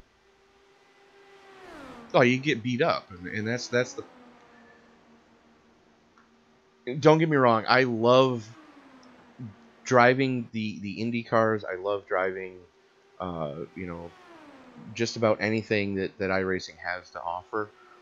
And you're right. Fatigue sets in, as you and I can both attest, having done some stuff with endurance racing in the past. But I even noticed it last night because I did 7 races in the 305 sprint cars last night just because I don't really want to be in the way in a 410. And I don't want to get beaten up in a 410. but I could tell that there was 7 was, it's like shots of tequila. 7's my limit, because I could feel myself getting tired. As Tyler Graff taking it pit side this time. Looks like Isaiah Dupree and Kevin Pasquich going to stay out. But 7 was my limit, and I could tell the difference between how I was handling it in the first race and how I was handling it in the last race. My mind was struggling to find where the cushion was at Eldora, and that's something that I normally don't have happen. As Pasquich taking it pit side this time. Yep, and the other thing sets in that people probably start thinking about, 10 laps prior, is they start thinking, is there going to be a caution? I need to come in. Is there going to be a caution? And that starts to get into their mind. And speaking of that... KP, did he just speed in? There's a good possibility. We're going to keep an eye on the Phenomenal Motorsports number 7 and see if he gets a hold penalty here. I just happened to be watching it, and I saw him just hit it, and it looked like he sped. He did. He just got whacked for speeding. They just held him in his pits. Yep, and right beside him, Mike Whitaker's coming out. That's a terrible break. And again, that's what we're talking about, the mental thing. It just, after a while, it gets wild on you, and you just forget, okay, well, you just get so intense, and it's like, well, and you're pitting in, and next thing you know, you got caught speeding. Absolutely. As Isaiah Dupree continues to click off the laps, Chris Bouchard, Robert Hill Jr., Dylan Moskowitz, and Tony Rice, the only cars still on the lead lap. I take that back. Tony Rice, 1 lap down. As Robert Hill Jr. bringing it in as well. He was showing 5 coming out.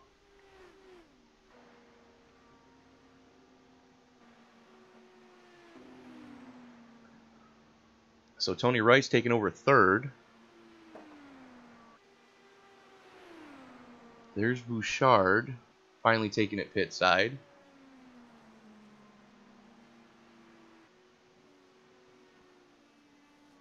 And this is a good race it comes down to. Sometimes it takes about 40 laps to get there, it seems, with so many cautions and all. But once they really get to rolling, man, it rolls. And Dupree taking it pit side as well.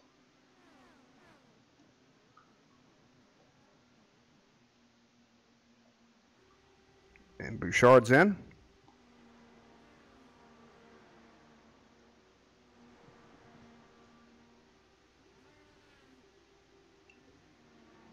And it's a drag race off pit road between those two.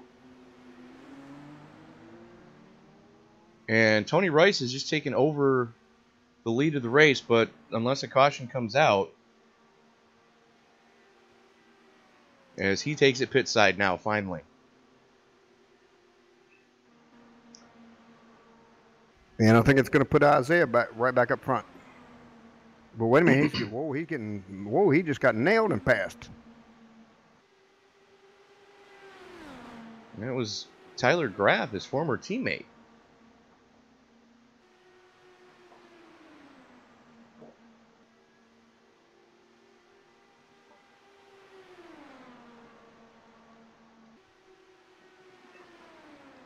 So, the frenemies at the front of the field right now. Graff, Dupree, and then the rookie Bouchard has Jose Olivas between he and the top 2. Mike Whitaker 5 seconds off this pace, currently sitting in 4th. Tyler Vickery 2.5 seconds off of Mike Whitaker in 5th. Then you have Cody Eldred, Gary Bauer, Kevin Pasquich 6 seconds back after getting popped for speeding. Yeah, Mike Whitaker's out there with just no help right now.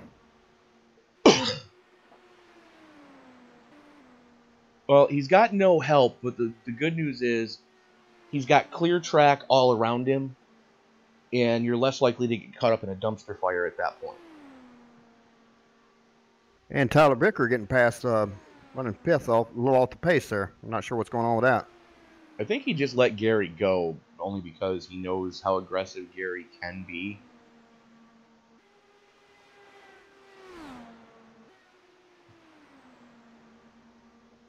Bauer now trying to set sights on Cody Eldred.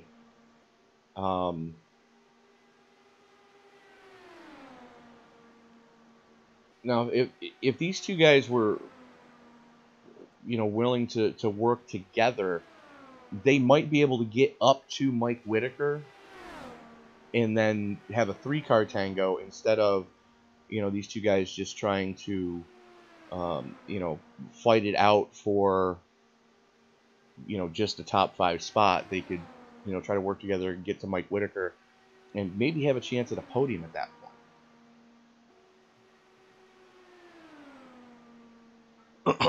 Yeah, and of course, Mike, he's going to run that steady line. Of course, he's never going to slow up to wait for help, but he's going to keep digging, and it'll come to him.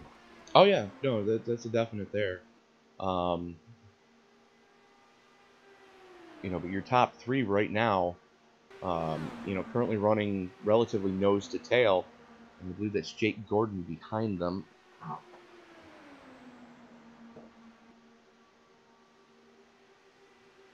No, that's John Napier behind them. So, John, the creator of Stock Car Sim, or Stock Car Simulator, you can find them on Patreon and on their Facebook page. Currently in development. You ever wondered what it's like to be Joe Gibbs or Rick Hendrick? John is currently working on a gaming app to do that. So, in development right now. And again, our thoughts and prayers go out to John's entire family, having lost the matriarch of the Napier family, Miss Terry Lee, this past morning. So, John doing... Now I'm looking at Cody and Gary are working together there, but they just don't seem to be. Seems like they should be coming up to Mike Whitaker a lot faster than what they're doing. Probably because they're not gaining on Mike Whitaker.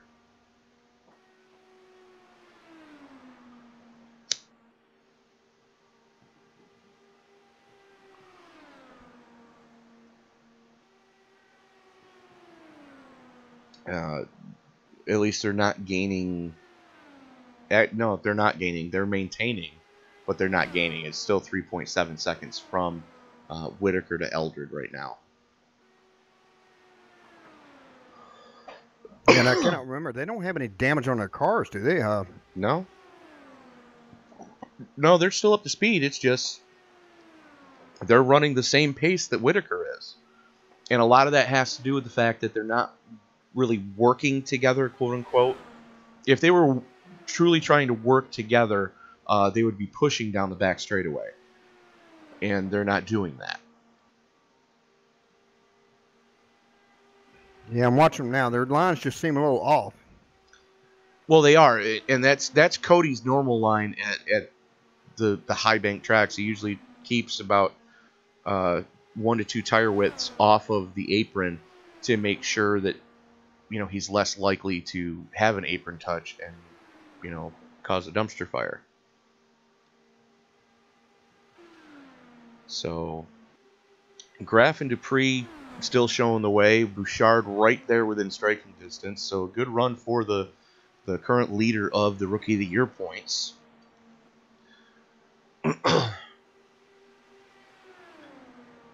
As we're working lap 110 of 168.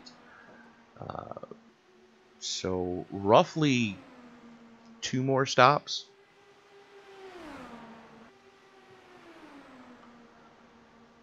Because you sure as hell can't make it 47 laps, but we're looking at least 1 more stop.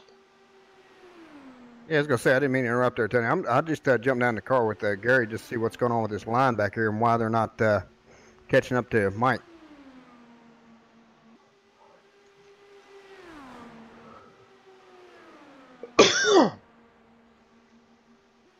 Well, that gives me an idea, considering that we did put a GoPro on. As soon as I can find where the heck he is. There he is. Oh, so you do have an in-car cam loaded in the feed tonight. I do, and it's on third place, current Gary's third coming place, Chris Bouchard. So let's ride along for a lap with Chris. As you hear him lift to try to stay off of Isaiah's arrow push is definitely real. Tyler Graff going pit side. Chris can stay out with Isaiah.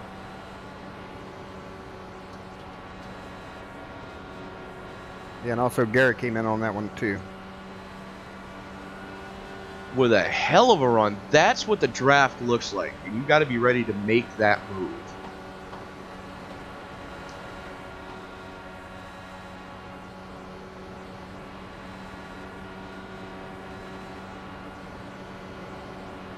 And if you look in the mirrors, you can actually see Isaiah's car in those mirrors as they run side by side through the corners.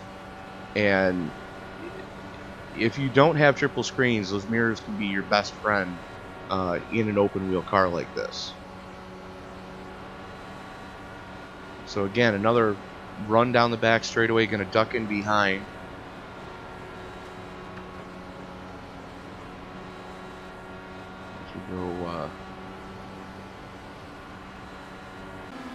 That's what a couple laps looks like.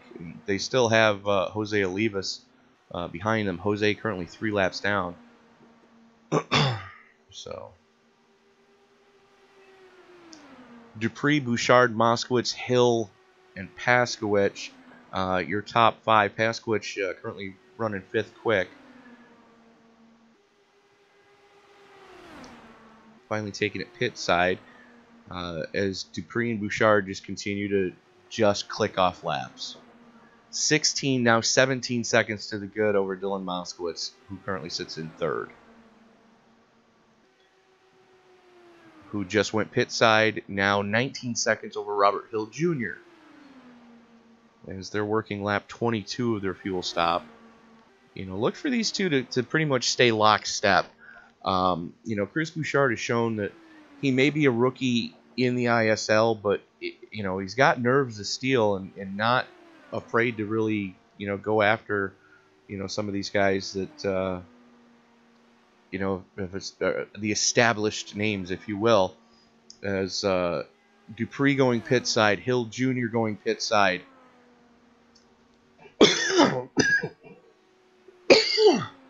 As Bouchard stays out. Nate Dean off the pace, down on the apron. And Bouchard finally taking it pit side. Charges the line, gets it woed down. And Robert Hill beats Isaiah out of the pits. He did. Yeah, 1 lap down. So Bouchard hits his marks. Dupree in the middle of the back straightaway, as you see, there's Hill Jr. Behind him. So Bouchard down in a way. Dupree at speed. Look for the two of them to meet up on the back straightaway. There's Bouchard getting ready to blend. Ooh, gets a little squirrely coming out of the pits, able to save it. That was definitely a pucker moment, though. And I don't mean with your face.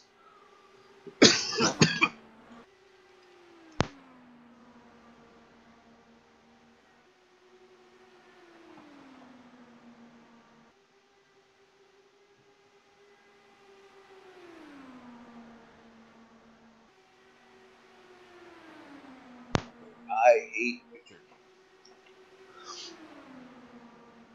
And there you go. The 3 amigos back together.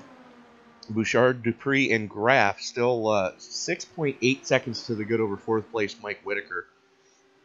And Cody Eldridge is another 7 seconds back off of him. It looks like Bouchard's going to drop in behind and see just how many laps he can get off this tank of fuel. As you got Johnny Antonucci and Robert Hill Jr., both lap cars. Antonucci's 3 laps down. Hill Jr.'s 1 lap down. As Bouchard just riding right now.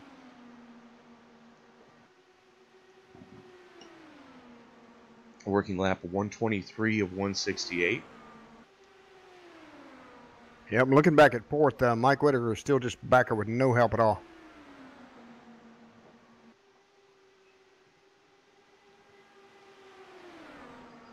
Well, that's the one thing about Mike, too, is he's not afraid to just, you know, grit his teeth and go it alone.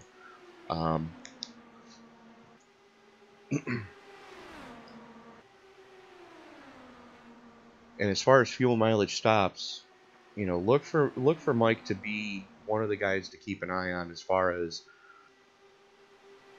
being able to back time a race.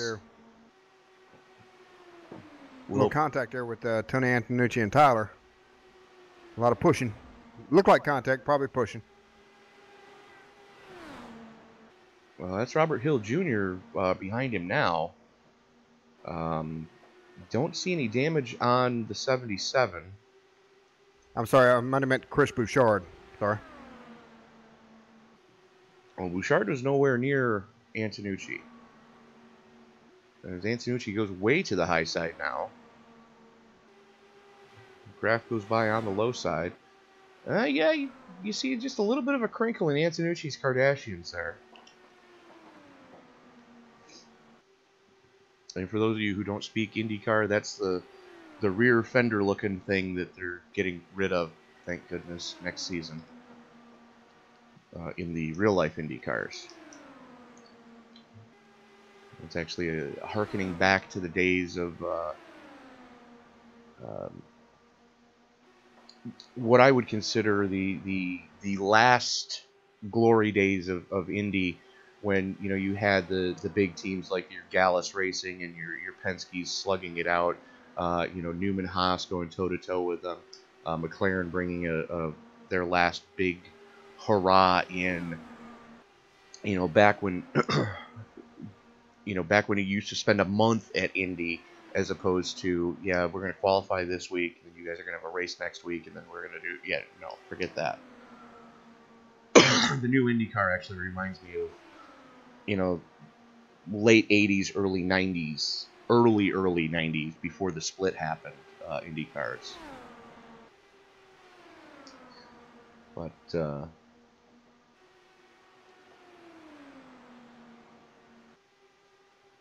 currently 39 laps to go. Dupree, Bouchard, and Graf continuing to hang out here. And Mike Whitaker back and forth, letting lap car Tony Rice by. He's probably going to work with Tony here a little bit. Yeah, I'm watching it now. I'll be keeping an eye on that. And Mike's one of those cerebral racers where he knows Tony is, well, on his relatives, Tony's in the blue. And for those of you who've never seen the relative in iRacing, if the car next to you or around you, if the lettering is in white, they're on the same lap as you. If they're in red, they're a lap ahead of you. If they're in blue, they're a lap behind you, at least one. So he sees that Tony's name is in the blue, so he's just going to let Tony go and probably use him to try to save some fuel. I mean, that's one thing that Mike Whitaker does better than just about anyone else in this league, is know how to save fuel. Yeah, and it looks like Mike's trying to do that, but Tony isn't quite following the line that Mike likes to follow, so Mike's not going to deviate from his line.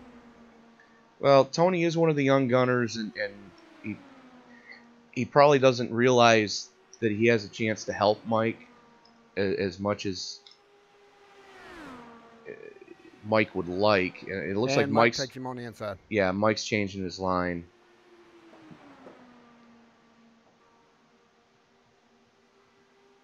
Hey, Junior, follow me for a couple of laps, and let me show you how to save your tires a little bit. So.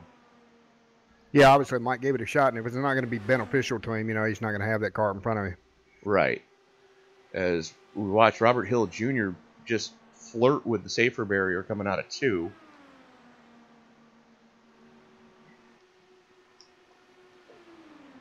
Now it looks like Tony's getting in line with Mike a little bit more, and that's exactly what Mike needs him to do. Very much so, although they are currently 6.5 seconds back off of Tyler Graff. Yeah, basically Mike was kind of telling him, hey, look, we can push and drag, but it wasn't working too good when you were dragging and I was pushing, so let's try it the opposite way. Good possibility there. As they've picked up a 10th doing it this way, so there's a good possibility that they could get their hat in the ring, especially considering Tyler Graff right now is dropping like a stone. And it's because he's going pit side. And Mike's coming in. Look for Whitaker to kind of charge the line this time.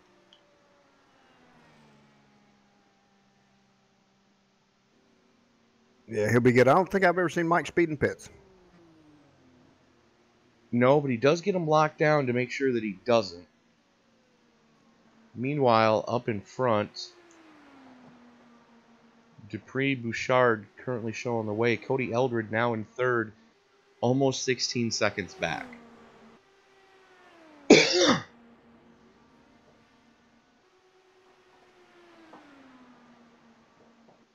Dylan Moskowitz back out. It looked like a long pit for him.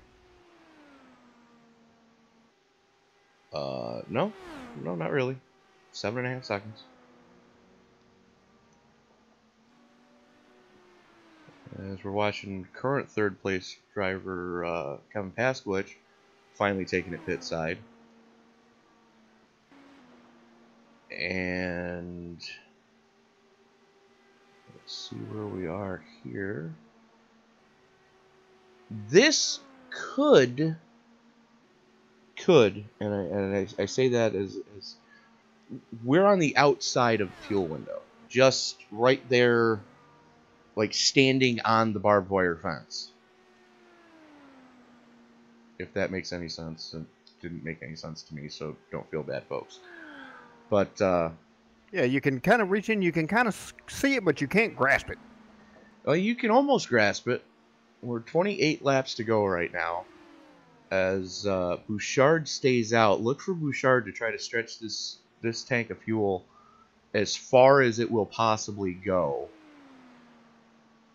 Currently 27 to go. Bouchard showing the way. Looks like he's going to stay out. He's staying out this lap. Yeah, and he's not far behind Mike, who came out, and Mike's in 6th, and Bouchard's not far behind, but like you said, Mike's in out and fresh fuel and tires, so that shouldn't matter much. Don't think Mike's going to get a lap. Mike's already 1 lap down. I don't think he's going to go 2 laps down. Chris Bouchard has just lapped the entire field. So if somebody were to step on their junk right now, there would be a lot of angry drivers because we'd have a single file restart. Oh, and hey, Tony, is there any doubt in your mind that that's probably coming? I can either confirm or deny these allegations, Senator. That's what I'm talking about. As Bouchard finally brings it pit side 24 laps into this stint. Probably not going to be enough. User joined your channel. It's close. It's close, man. And Robert Hill's out of the pits. Robert Hill is out of the pits. And joining us now, having taken the car behind the wall, Mr. John Napier. John, on behalf of the entire ISL and the Bofa Broadcasting Company, condolences to you and your family and thoughts and prayers. Thanks, Tony. Thank you so much, man. But yeah, same here. This hoot there, and that's just a hard thing, John. And glad you're at least in here racing. And God bless you and your family. Thank you, guys. I jumped in to say thank you for the beginning of the race, Tony. That was beautiful and it was awesome, man. I want to apologize again for being unprofessional, but as soon as I started the broadcast, it just hit me, probably about like it hit you, my friend. And I meant what I said. If you need anything, just let me know. Thank you. I appreciate it. I appreciate it a lot. Okay, and Tyler's taking it in.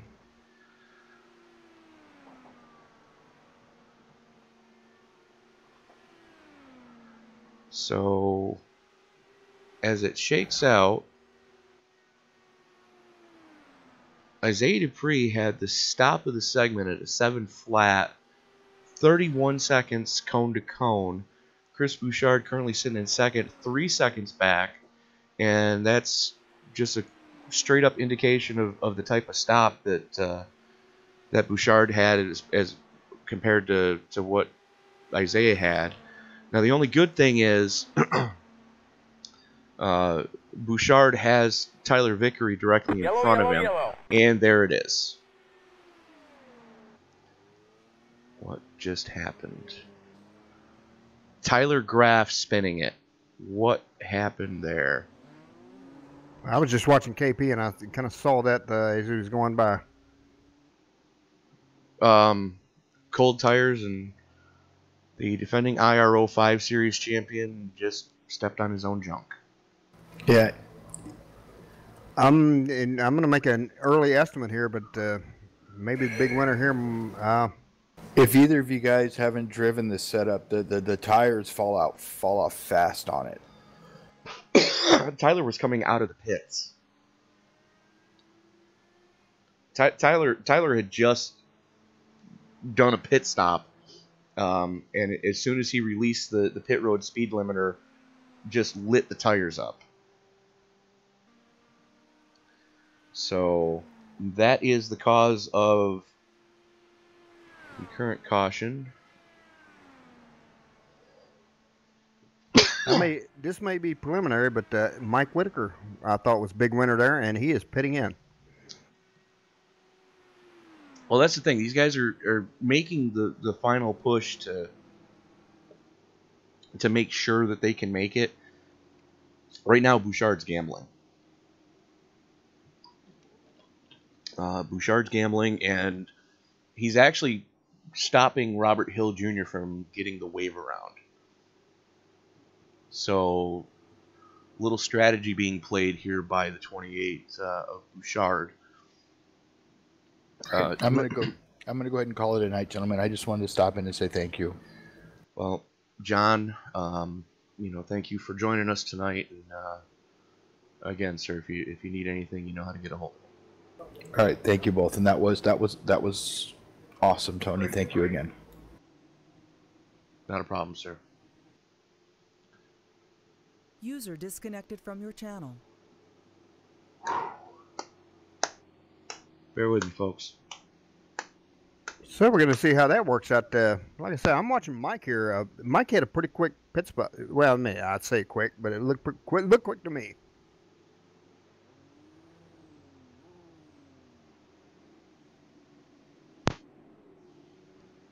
Yeah. So it looks like Dupree and Whitaker just took they topped it off with fuel and took tires. It looks like everybody is taking fuel and tires now, and Bouchard down on the apron trying to save as much fuel as he can.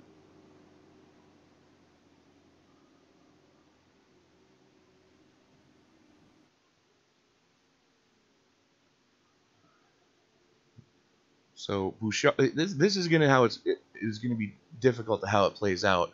You got Bouchard 6 laps into his stint. Everybody else 1 lap or less, with 18 to go. Now they say you can for every caution you can probably gain about a lap, roughly. So, Bouchard is, standing on that knife edge right now of can he make it? So he's probably doing everything he can right now to try to save as much fuel as possible. And it looks like he's going to elect to take the outside line as the lights go out on the pace car. Bouchard's going to restart this from the outside. Interesting choice. Well, I mean, we haven't seen it yet tonight, but it is a rule in the ISL that you are allowed to, the leader is allowed to choose their lane.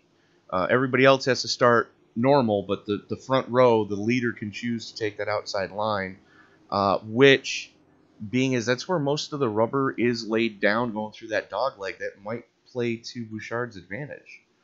The question is, yeah, and also he's also picked to have a KP behind him. Right. Well, I mean, it's you got your choice of, you either have KP behind you or Mike Whitaker behind you. Right. You can't lose with those odds. Oh no. I mean, you've got two of the best in the business.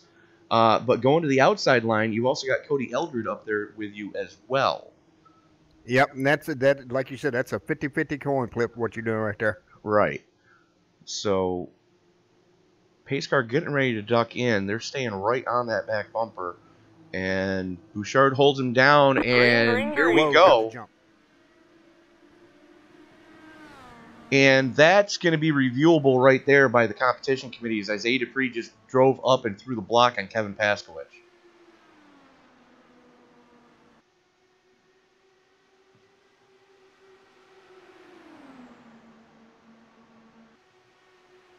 Yeah, because you can pass on the outside, but you can't do it jumping up from the inside, right? Well, no, the thing is, you're not supposed to change lanes till you get to the start-finish line. Right. And there it goes. Isaiah Dupree getting it sideways. Here comes Whitaker to the inside as well.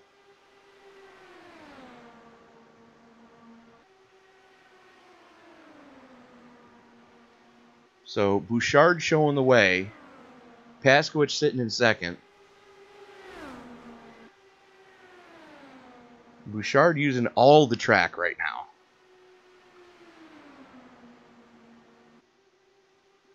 Yeah, and everything that happened. And there's contact.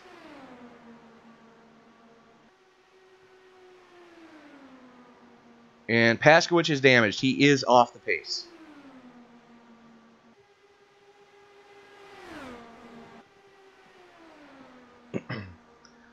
And that's probably going to help Cody and the guys back here who definitely fell back after the initial start there. It's going to help them, but look for some things to happen this coming week. Stay tuned to see what the competition committee is going to do about that one. That was two very, very aggressive moves. Yellow. Yes, we are late in the race, but there's caution. There it is. Robert Hill Jr. sliding sideways. Let's see what happened.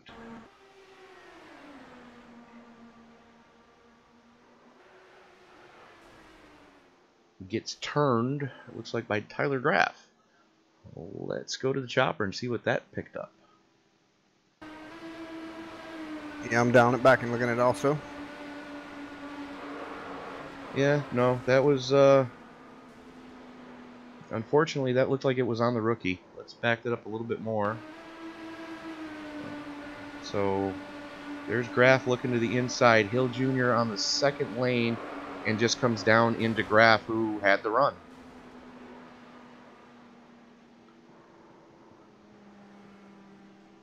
Yep, and that'll be something else for the competition committee to look at, right? It's times like this I almost wish I wasn't on the competition committee.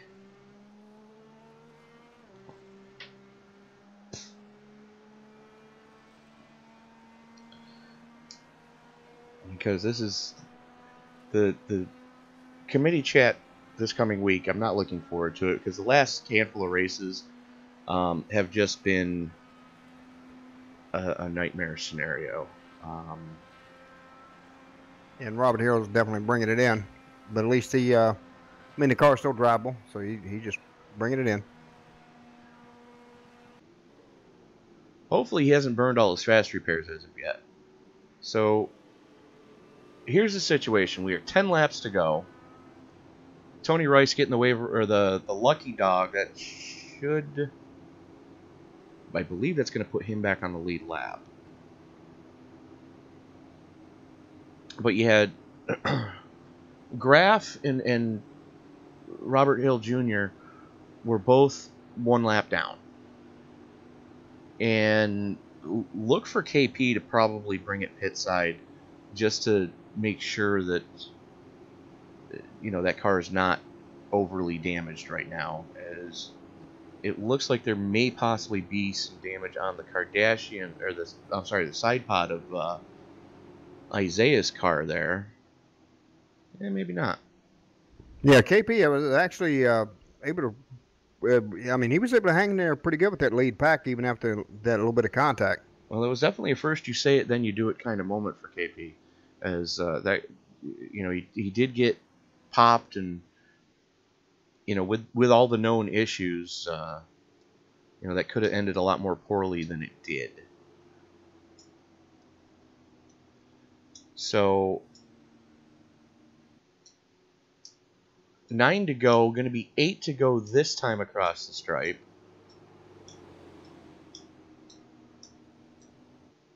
And we're looking at a lot of the usual suspects up front in contention.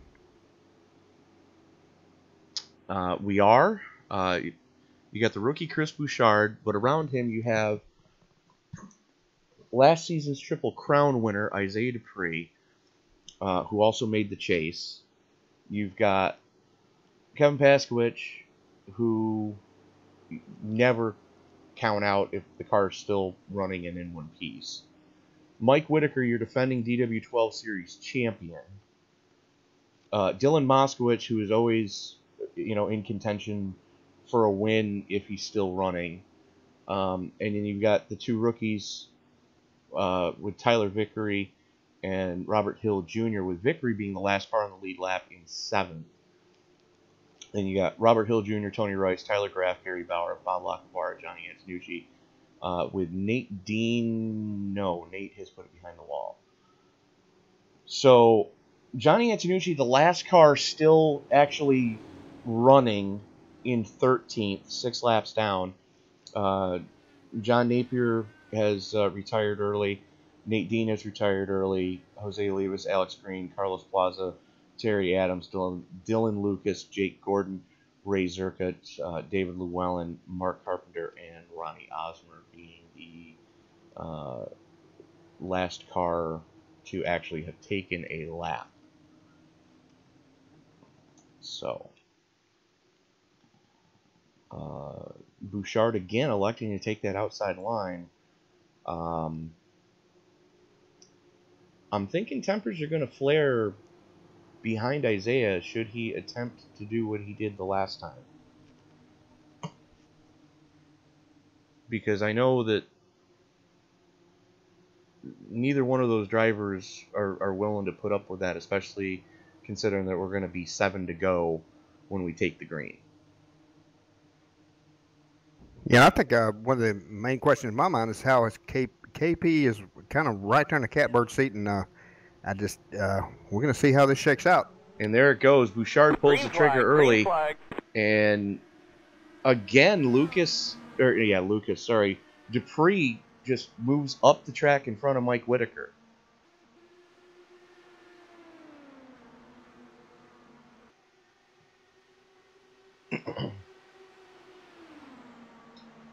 KP's up to 3rd with Mike right behind him.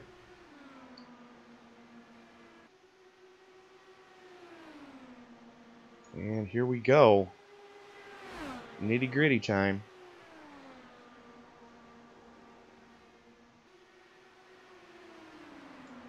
And that Dupree tried that same move last time with the same result. And this time, he's getting freight trained. Yep, it's costing him. That cost him big time. So, Bouchard right now, 5 to go. Bouchard, Paskowicz, Whitaker, Elder, Dupree, Vickery. Oh my God. Yellow flag is out. Okay, what happened? I'm trying to roll back and see it.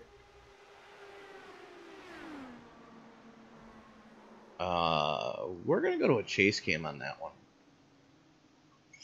Because I don't know what just happened.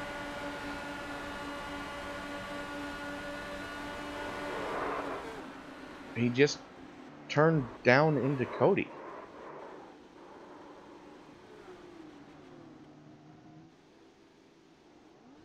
Is Isaiah drunk? I mean, I didn't think he was old enough to drink, but there's been a couple of these moves that he's been making as of late. You gotta wonder. Actually, I'm kind of looking at it, and I do not see any physical contact there. Yeah, he come down a little bit, but if you notice, it might have been bounding box. Well, that was one of those, it was inevitable because he was moving down and, whether or not we see it on our screen, he kept moving down.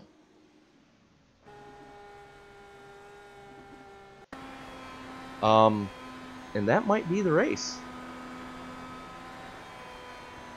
I believe that should do it.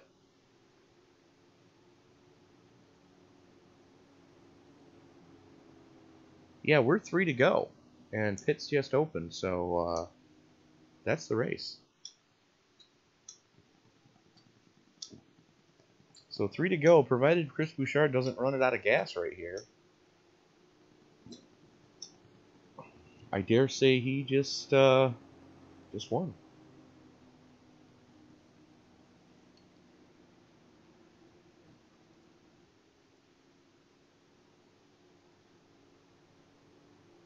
So move that out of my way.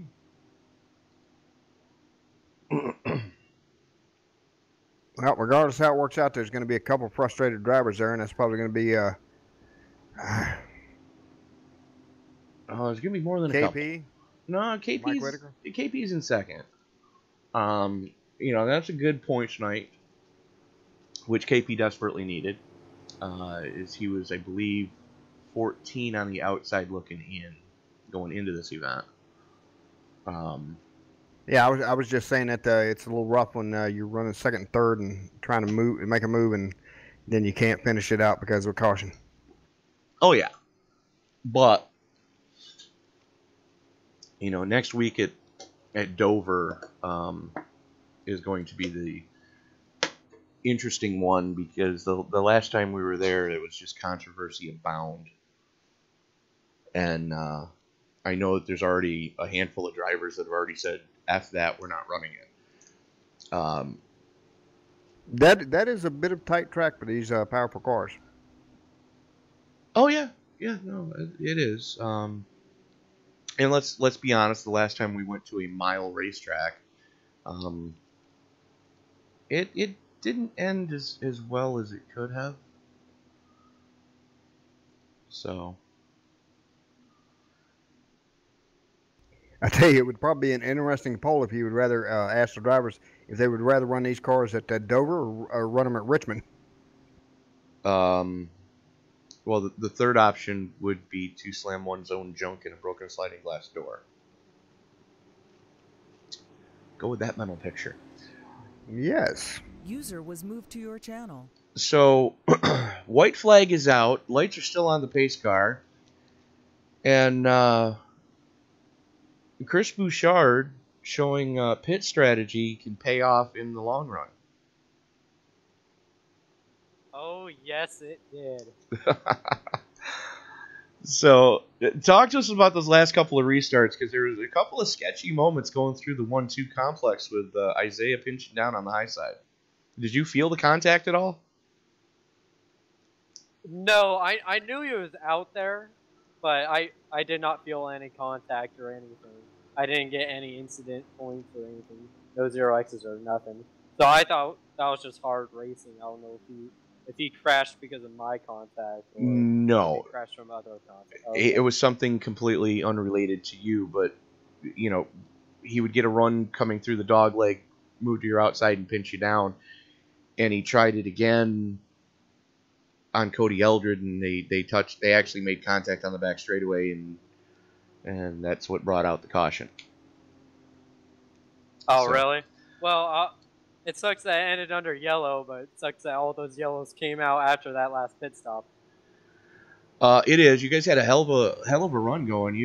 You Isaiah, and Tyler Graff were we're really starting to stretch that lead out after the second green flag stop. Yeah, I could just nail the pit lane coming into here. So that's where I was gaining a lot of my time. That start of that long green flag run, I was like 10 going into the pits, and I came out 5th. Then the next one I came out 2nd. The next one I came out in the lead. So it's just all about getting the time on the pit road, getting in and out of pit road. Well, that's one thing we noticed is that you did have a little bit of a pucker moment on your last green flag stop. Is the car looks like it twitched as soon as you got to the back straightaway? Oh yeah, I was having flashbacks to Tuesday's race where I pinned it. Well, you were able to keep it under control. You didn't hit anything, and you came out right there, within striking distance. Did you know that was going to be your money stop, though? Yeah, I was watching my fuel numbers on sim racing apps, and if I could save just a little on that last one, I was going to make it to the end. So I was going to stay out no matter what the rest of the way. And let the chips fall where they may. Well, Chris, I think this is your 3rd this season in the DW12s? Second. Okay. But so you've got 2 in the DW12s, 1 in the IRO5s. Talk to us about... I thought you did have one in the IRO5. Oh, that's right. No. Chase Elliott of that series. Right. Yeah, no, let's not go there. Okay, so talk to us so far. You're leading the rookie points in DW12s. Talk to us about your inaugural season here with the ISL. I think it's going good. I know it could be better. I'm making a lot of mistakes, but that just comes with being a rookie. And I have not run these cars a lot until I started running this league. So yeah, I'm just trying to get a little better. The IRO5s, that series is my worst series by far right now, just because I've been running top 5 going in the last lap, and next thing you know, I'm finishing outside the top 15. So I've just had some bad luck, and I've made some mistakes in that series. So sooner or later, I'll get there. Well, the one track that definitely is not a fan of drivers making mistakes is the one we're going to when we actually come back from the Week 13 break. In between Week 13 and the holiday break is going to be the Monster Mile at Dover. Talk to us about your thoughts about going to what has been said is Bristol on steroids. I do not own that track, so it will be interesting. I imagine coming off of the turns with the little roller coaster effect that these cars will get really light right there. Or maybe not with the downforce seasons have. So it should be an interesting race. Pit road will be hard to get on that track, especially considering it's 35 miles an hour on that pit road. Holy. Oh my god. Yeah, I was going to tell you, hey, Chris, this Hoot, yeah, if you ain't got that track, you better get it real quick and practice. Oh yeah, I'm going to get it tonight. Yeah, treat Dover like it's Carnegie Hall. Practice, practice, practice. But Chris, congratulations on another victory. We'll let you get back up into the post-race drivers meeting, and we will see you. You're welcome to join us for Bottom Split Bingo this coming Tuesday, as we will be taking the week off for Week 13. Oh, okay. Thank you. All right, so we're going to move him back up into there. And then KP. We need to talk to KP. I'm trying to find him. Let's see where the hell he went.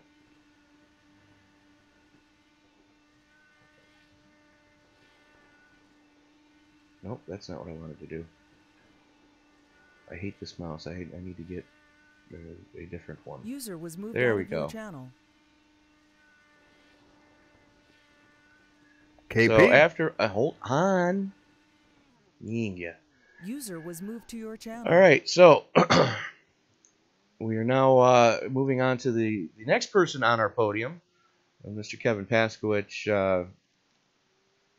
KP, it was a shame to see that one finish under yellow, but it looks like you had an interesting moment before the previous yellow came out. Yeah, I mean, you always wanted to finish under green because you might have a chance to win, but I don't know if I had anything for Chris or not. Touched, I think it was with Isaiah. We bumped, we touched tires, and I think it bent one of the right side wings up. It did. You could see that in the stream.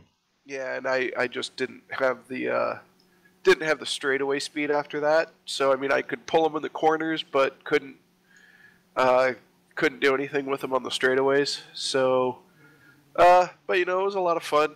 I feel like we should have been up front a lot more. We were up there, and then I bit myself on one of the green flag stops. We entered just maybe 2 or 3 mile per hour too hot, and 15-second penalty.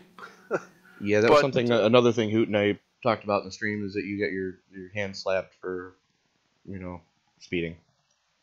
Yeah, just a little bit, but at the end of the day, running a special paint job, PH Aware, the Mighty, just running that, the periwinkle flame for, all of those PH patients who have passed on, and just really happy it, broke a slump for us. I think this is our first top 5 since Texas, so really happy to come home with the podium, come home with a top 5, and that it's just after PH Aware month, and with the paint job that we're pulling, it means something. So I'm glad that we gave them all a good ride tonight. Well, talk to us about moving forward. You have a love-hate relationship with the track we're going to after the week 13 break. Dover. Yeah, I'm actually really excited for Dover. Last year in the 05s, I think we dominated the race. I think we led the most laps, and it was just a little bit of pit strategy that bit us at the end, and we finished second. And then the 12s, we were just absolutely horrendous. I think somebody took us out on lap 2, and it just got worse from there. So, as I said, a love-hate relationship. So I'm excited to go back. We'll try and improve on both of our performances from last season. Well, I'm actually excited for this coming Tuesday, as you're going to be joining me in the booth for Rookie Street Stock Bottom Split Bingo. Oh, yes. I cannot wait for that. Should be a bit of fun. Of course, week 13, time for everybody to cut a little bit loose on iRacing. So, and we all know that the servers are going to crash Tuesday anyways when they release Rallycross and all the other awesome content that's supposed to be getting released on the 5th. I'm actually half tempted to use a non-existent sick day and call in dead to work. Yeah, I mean, Rallycross, Rallycross, automated pit crews, a couple of new tracks, a couple of new cars. There's a lot of stuff coming out. Of course, the new dirt license. So I imagine the servers are going to be pretty packed on Tuesday, which is going to be a good chance for some bottom split bingo. And we're going to broadcast it. And we are going to broadcast bottom split bingo, and we will be giving a link in the stream that night to where you can get your bingo card for bottom split bingo and join us in the live chat. And not sure for what we're going to be doing for whoever gets the first bingo, but it's always a good time when it's week 13. But KP, we'll let you get back up to the post-race drivers meeting, and congratulations on the podium. All right, thank you, man. I appreciate it. And I need to shout out to everyone listening or watching. I need to give a big thank you to my lovely, wonderful wife, Karen, who... happy birthday, Karen! Yes, happy early birthday to her, and she's also feeling a little bit under the weather. Because so you gave her your cold. Yeah, so she's been taking care of me because I've had a nasty, rough, cold minor flu the last few days, and now she's not feeling great. So, everyone out there in internet world, I want to give a shout out to my wonderful, amazing wife, and hope that she feels better quick in time for her birthday party. There we go. All right, KP, congratulations on the podium. All right, thank you, man. User was moved out of your channel. And User was now moved to your channel. joining us in the broadcast, it's going to be the gentleman rounding out the podium, defending DW12 Series champion, Mr. Mike Whitaker. Mike, that was a hell of a finish you guys had just before the caution came out. Yeah, it was shaping up to be another race like Tuesday night. I wish it could have stayed green. It was starting to look really good. It was. Now, did you happen to notice any of the shenaniganry going on directly in front of you just before the two cautions came out? I couldn't help but see it. Yeah, there was definitely a pucker moment, I would say, that when KP and Isaiah got together there just before the previous caution.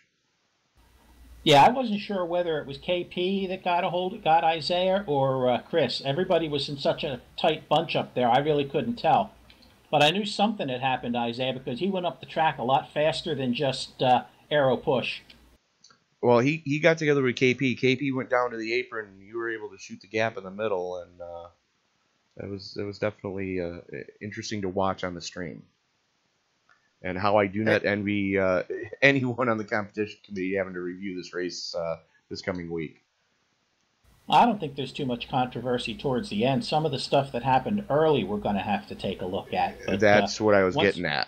Yeah, I know. Some of it happened close enough to me to realize that we were going to have some issues. But we'll just have to see how that shakes out. Hey, Mike, this is Hoot. I got to say, I got to give you props there. You ran many laps there back in the middle there by yourself. Yeah, I was about 6 seconds behind that lead pack at 3, and at one point I had like a 9-second lead on Cody. I was content to run in fourth. If it had stayed green, that's where I was. I wasn't going to gain on the guys in front of me. The 9-second lead, you're not going to make that up unless I screw up a pit stop. But then we had those couple of cautions that bunched everybody up again. We were back to racing. Yeah, and I think there at one point, because I was back there watching, I think it was Tony Rice that got up there, and you guys were trying to get a run-up, but just couldn't get any time on him. He got in front of you for a while, trying to do a little push-pull, and then you got in front of him saying, well, that ain't working, so why don't you pull behind me? Yeah, he was a lap down. I don't think either one of us was going to gain anything. I was just content to stay behind him. I only had about maybe 10 laps to go before I had to pit anyway, and passing him wasn't going to gain me anything, so I figured I'd stay behind him and see if we could make up some time. All right, fair enough. But that's where the old age and treachery comes in. It didn't do me any good to pass him, so I wasn't about to try. That was a loud thought, wasn't it? So, speaking of old age and treachery, talk to us about your thoughts about going back to Dover after we do the Week 13 pause in the action. I like Dover. I really do. We have the potential to get good racing there. It just seems like like every place else, everybody gets impatient early. Maybe we'll get some good racing in towards the middle in the end, like we did tonight. Fair enough, but Yeah, and just one final question there, Mike. It was and we were just not frustrated, but everybody was sitting up here saying, "Oh, so many cautions going early." And it's like I told Tony, I said, well, this is how it goes, and we definitely see some long greens after that, which we did. Yeah. By the way, Tony, has Layla seen my car yet? Yes, she has. I haven't gotten a comment yet. Not that I really expected one, but I thought she might have something to say about it. Let me read to you the direct quote from Skype when I sent her the picture. Quote, facepalm. Okay. So, Mike, you're welcome to join us Tuesday night for some bottom split bingo. KP and I are going to be going around to the different street stock races, both dirt and pavement, and broadcasting a couple of the events and having some laughs. And we might even make it a drinking game, folks, provided you're of age and of consent. We might possibly turn one of the bottom split bingo races into a drinking game. I was of age to drink, I think, before most of the people in this league were even born. You're not wrong. But Mike, again, congratulations for the podium finish. And when I was old enough to drink at the time, it was 21. Oh, that's right. You're from like New Jersey, where they're strict about that stuff. They changed it the year I became 21. I gained like 6 months instead of the 3 years that everybody else got. Fair enough. All right, Mike. Again, congratulations, and we will hopefully see you Tuesday. If not, we will see you at Dover in 2 weeks. Okay, see ya. User was moved out of your channel. Well, Hoot, we got another one in the books. Yep, that was a good race. Enjoyed it. Most laps led tonight, going to, looks like Isaiah Dupree with 36. Hard Charger Ward, Cody Eldred starting 21st. Just barely edging out your teammate Tyler Vickery for the Hard Charger. Tyler starting 22nd and just followed Cody right to the top 5 there. So definitely a good run for the rookie, though, coming home with the top 5. Clean race. Tyler, the only one. Tyler Vickery with the only clean race of the night. So good on you, youngster, for that one. You have been watching a presentation of the RobertsTechJobs.com Indy Speedway League. RobertsTechJobs.com, of course, is your Midwest leader in temp to hire and contract positions in the IT field for IT professionals. So if you are an IT professional in the Midwest, or if you're looking to relocate, go to RobertsTechJobs.com. Be sure to let Bill know if the ISL sent you. And Hoot, I'm sure. Go ahead. I do have one poke there. You can ask Tony if I can. Never mind. We'll discuss it off. I got the same poke. Anyways, so Hoot, I'm sure you're gonna join me in this one when we say that this race was dedicated to the memory of the life of the late Terry Lee Napier, our fellow competitor and our friend John Napier. Ladies and gentlemen, if you're just joining us, lost his mother this past morning. So this race, on behalf of the entire Indy Speedway League, is dedicated to Terry Lee's honor. We will see you in 2 weeks from Dover. Thank you for watching.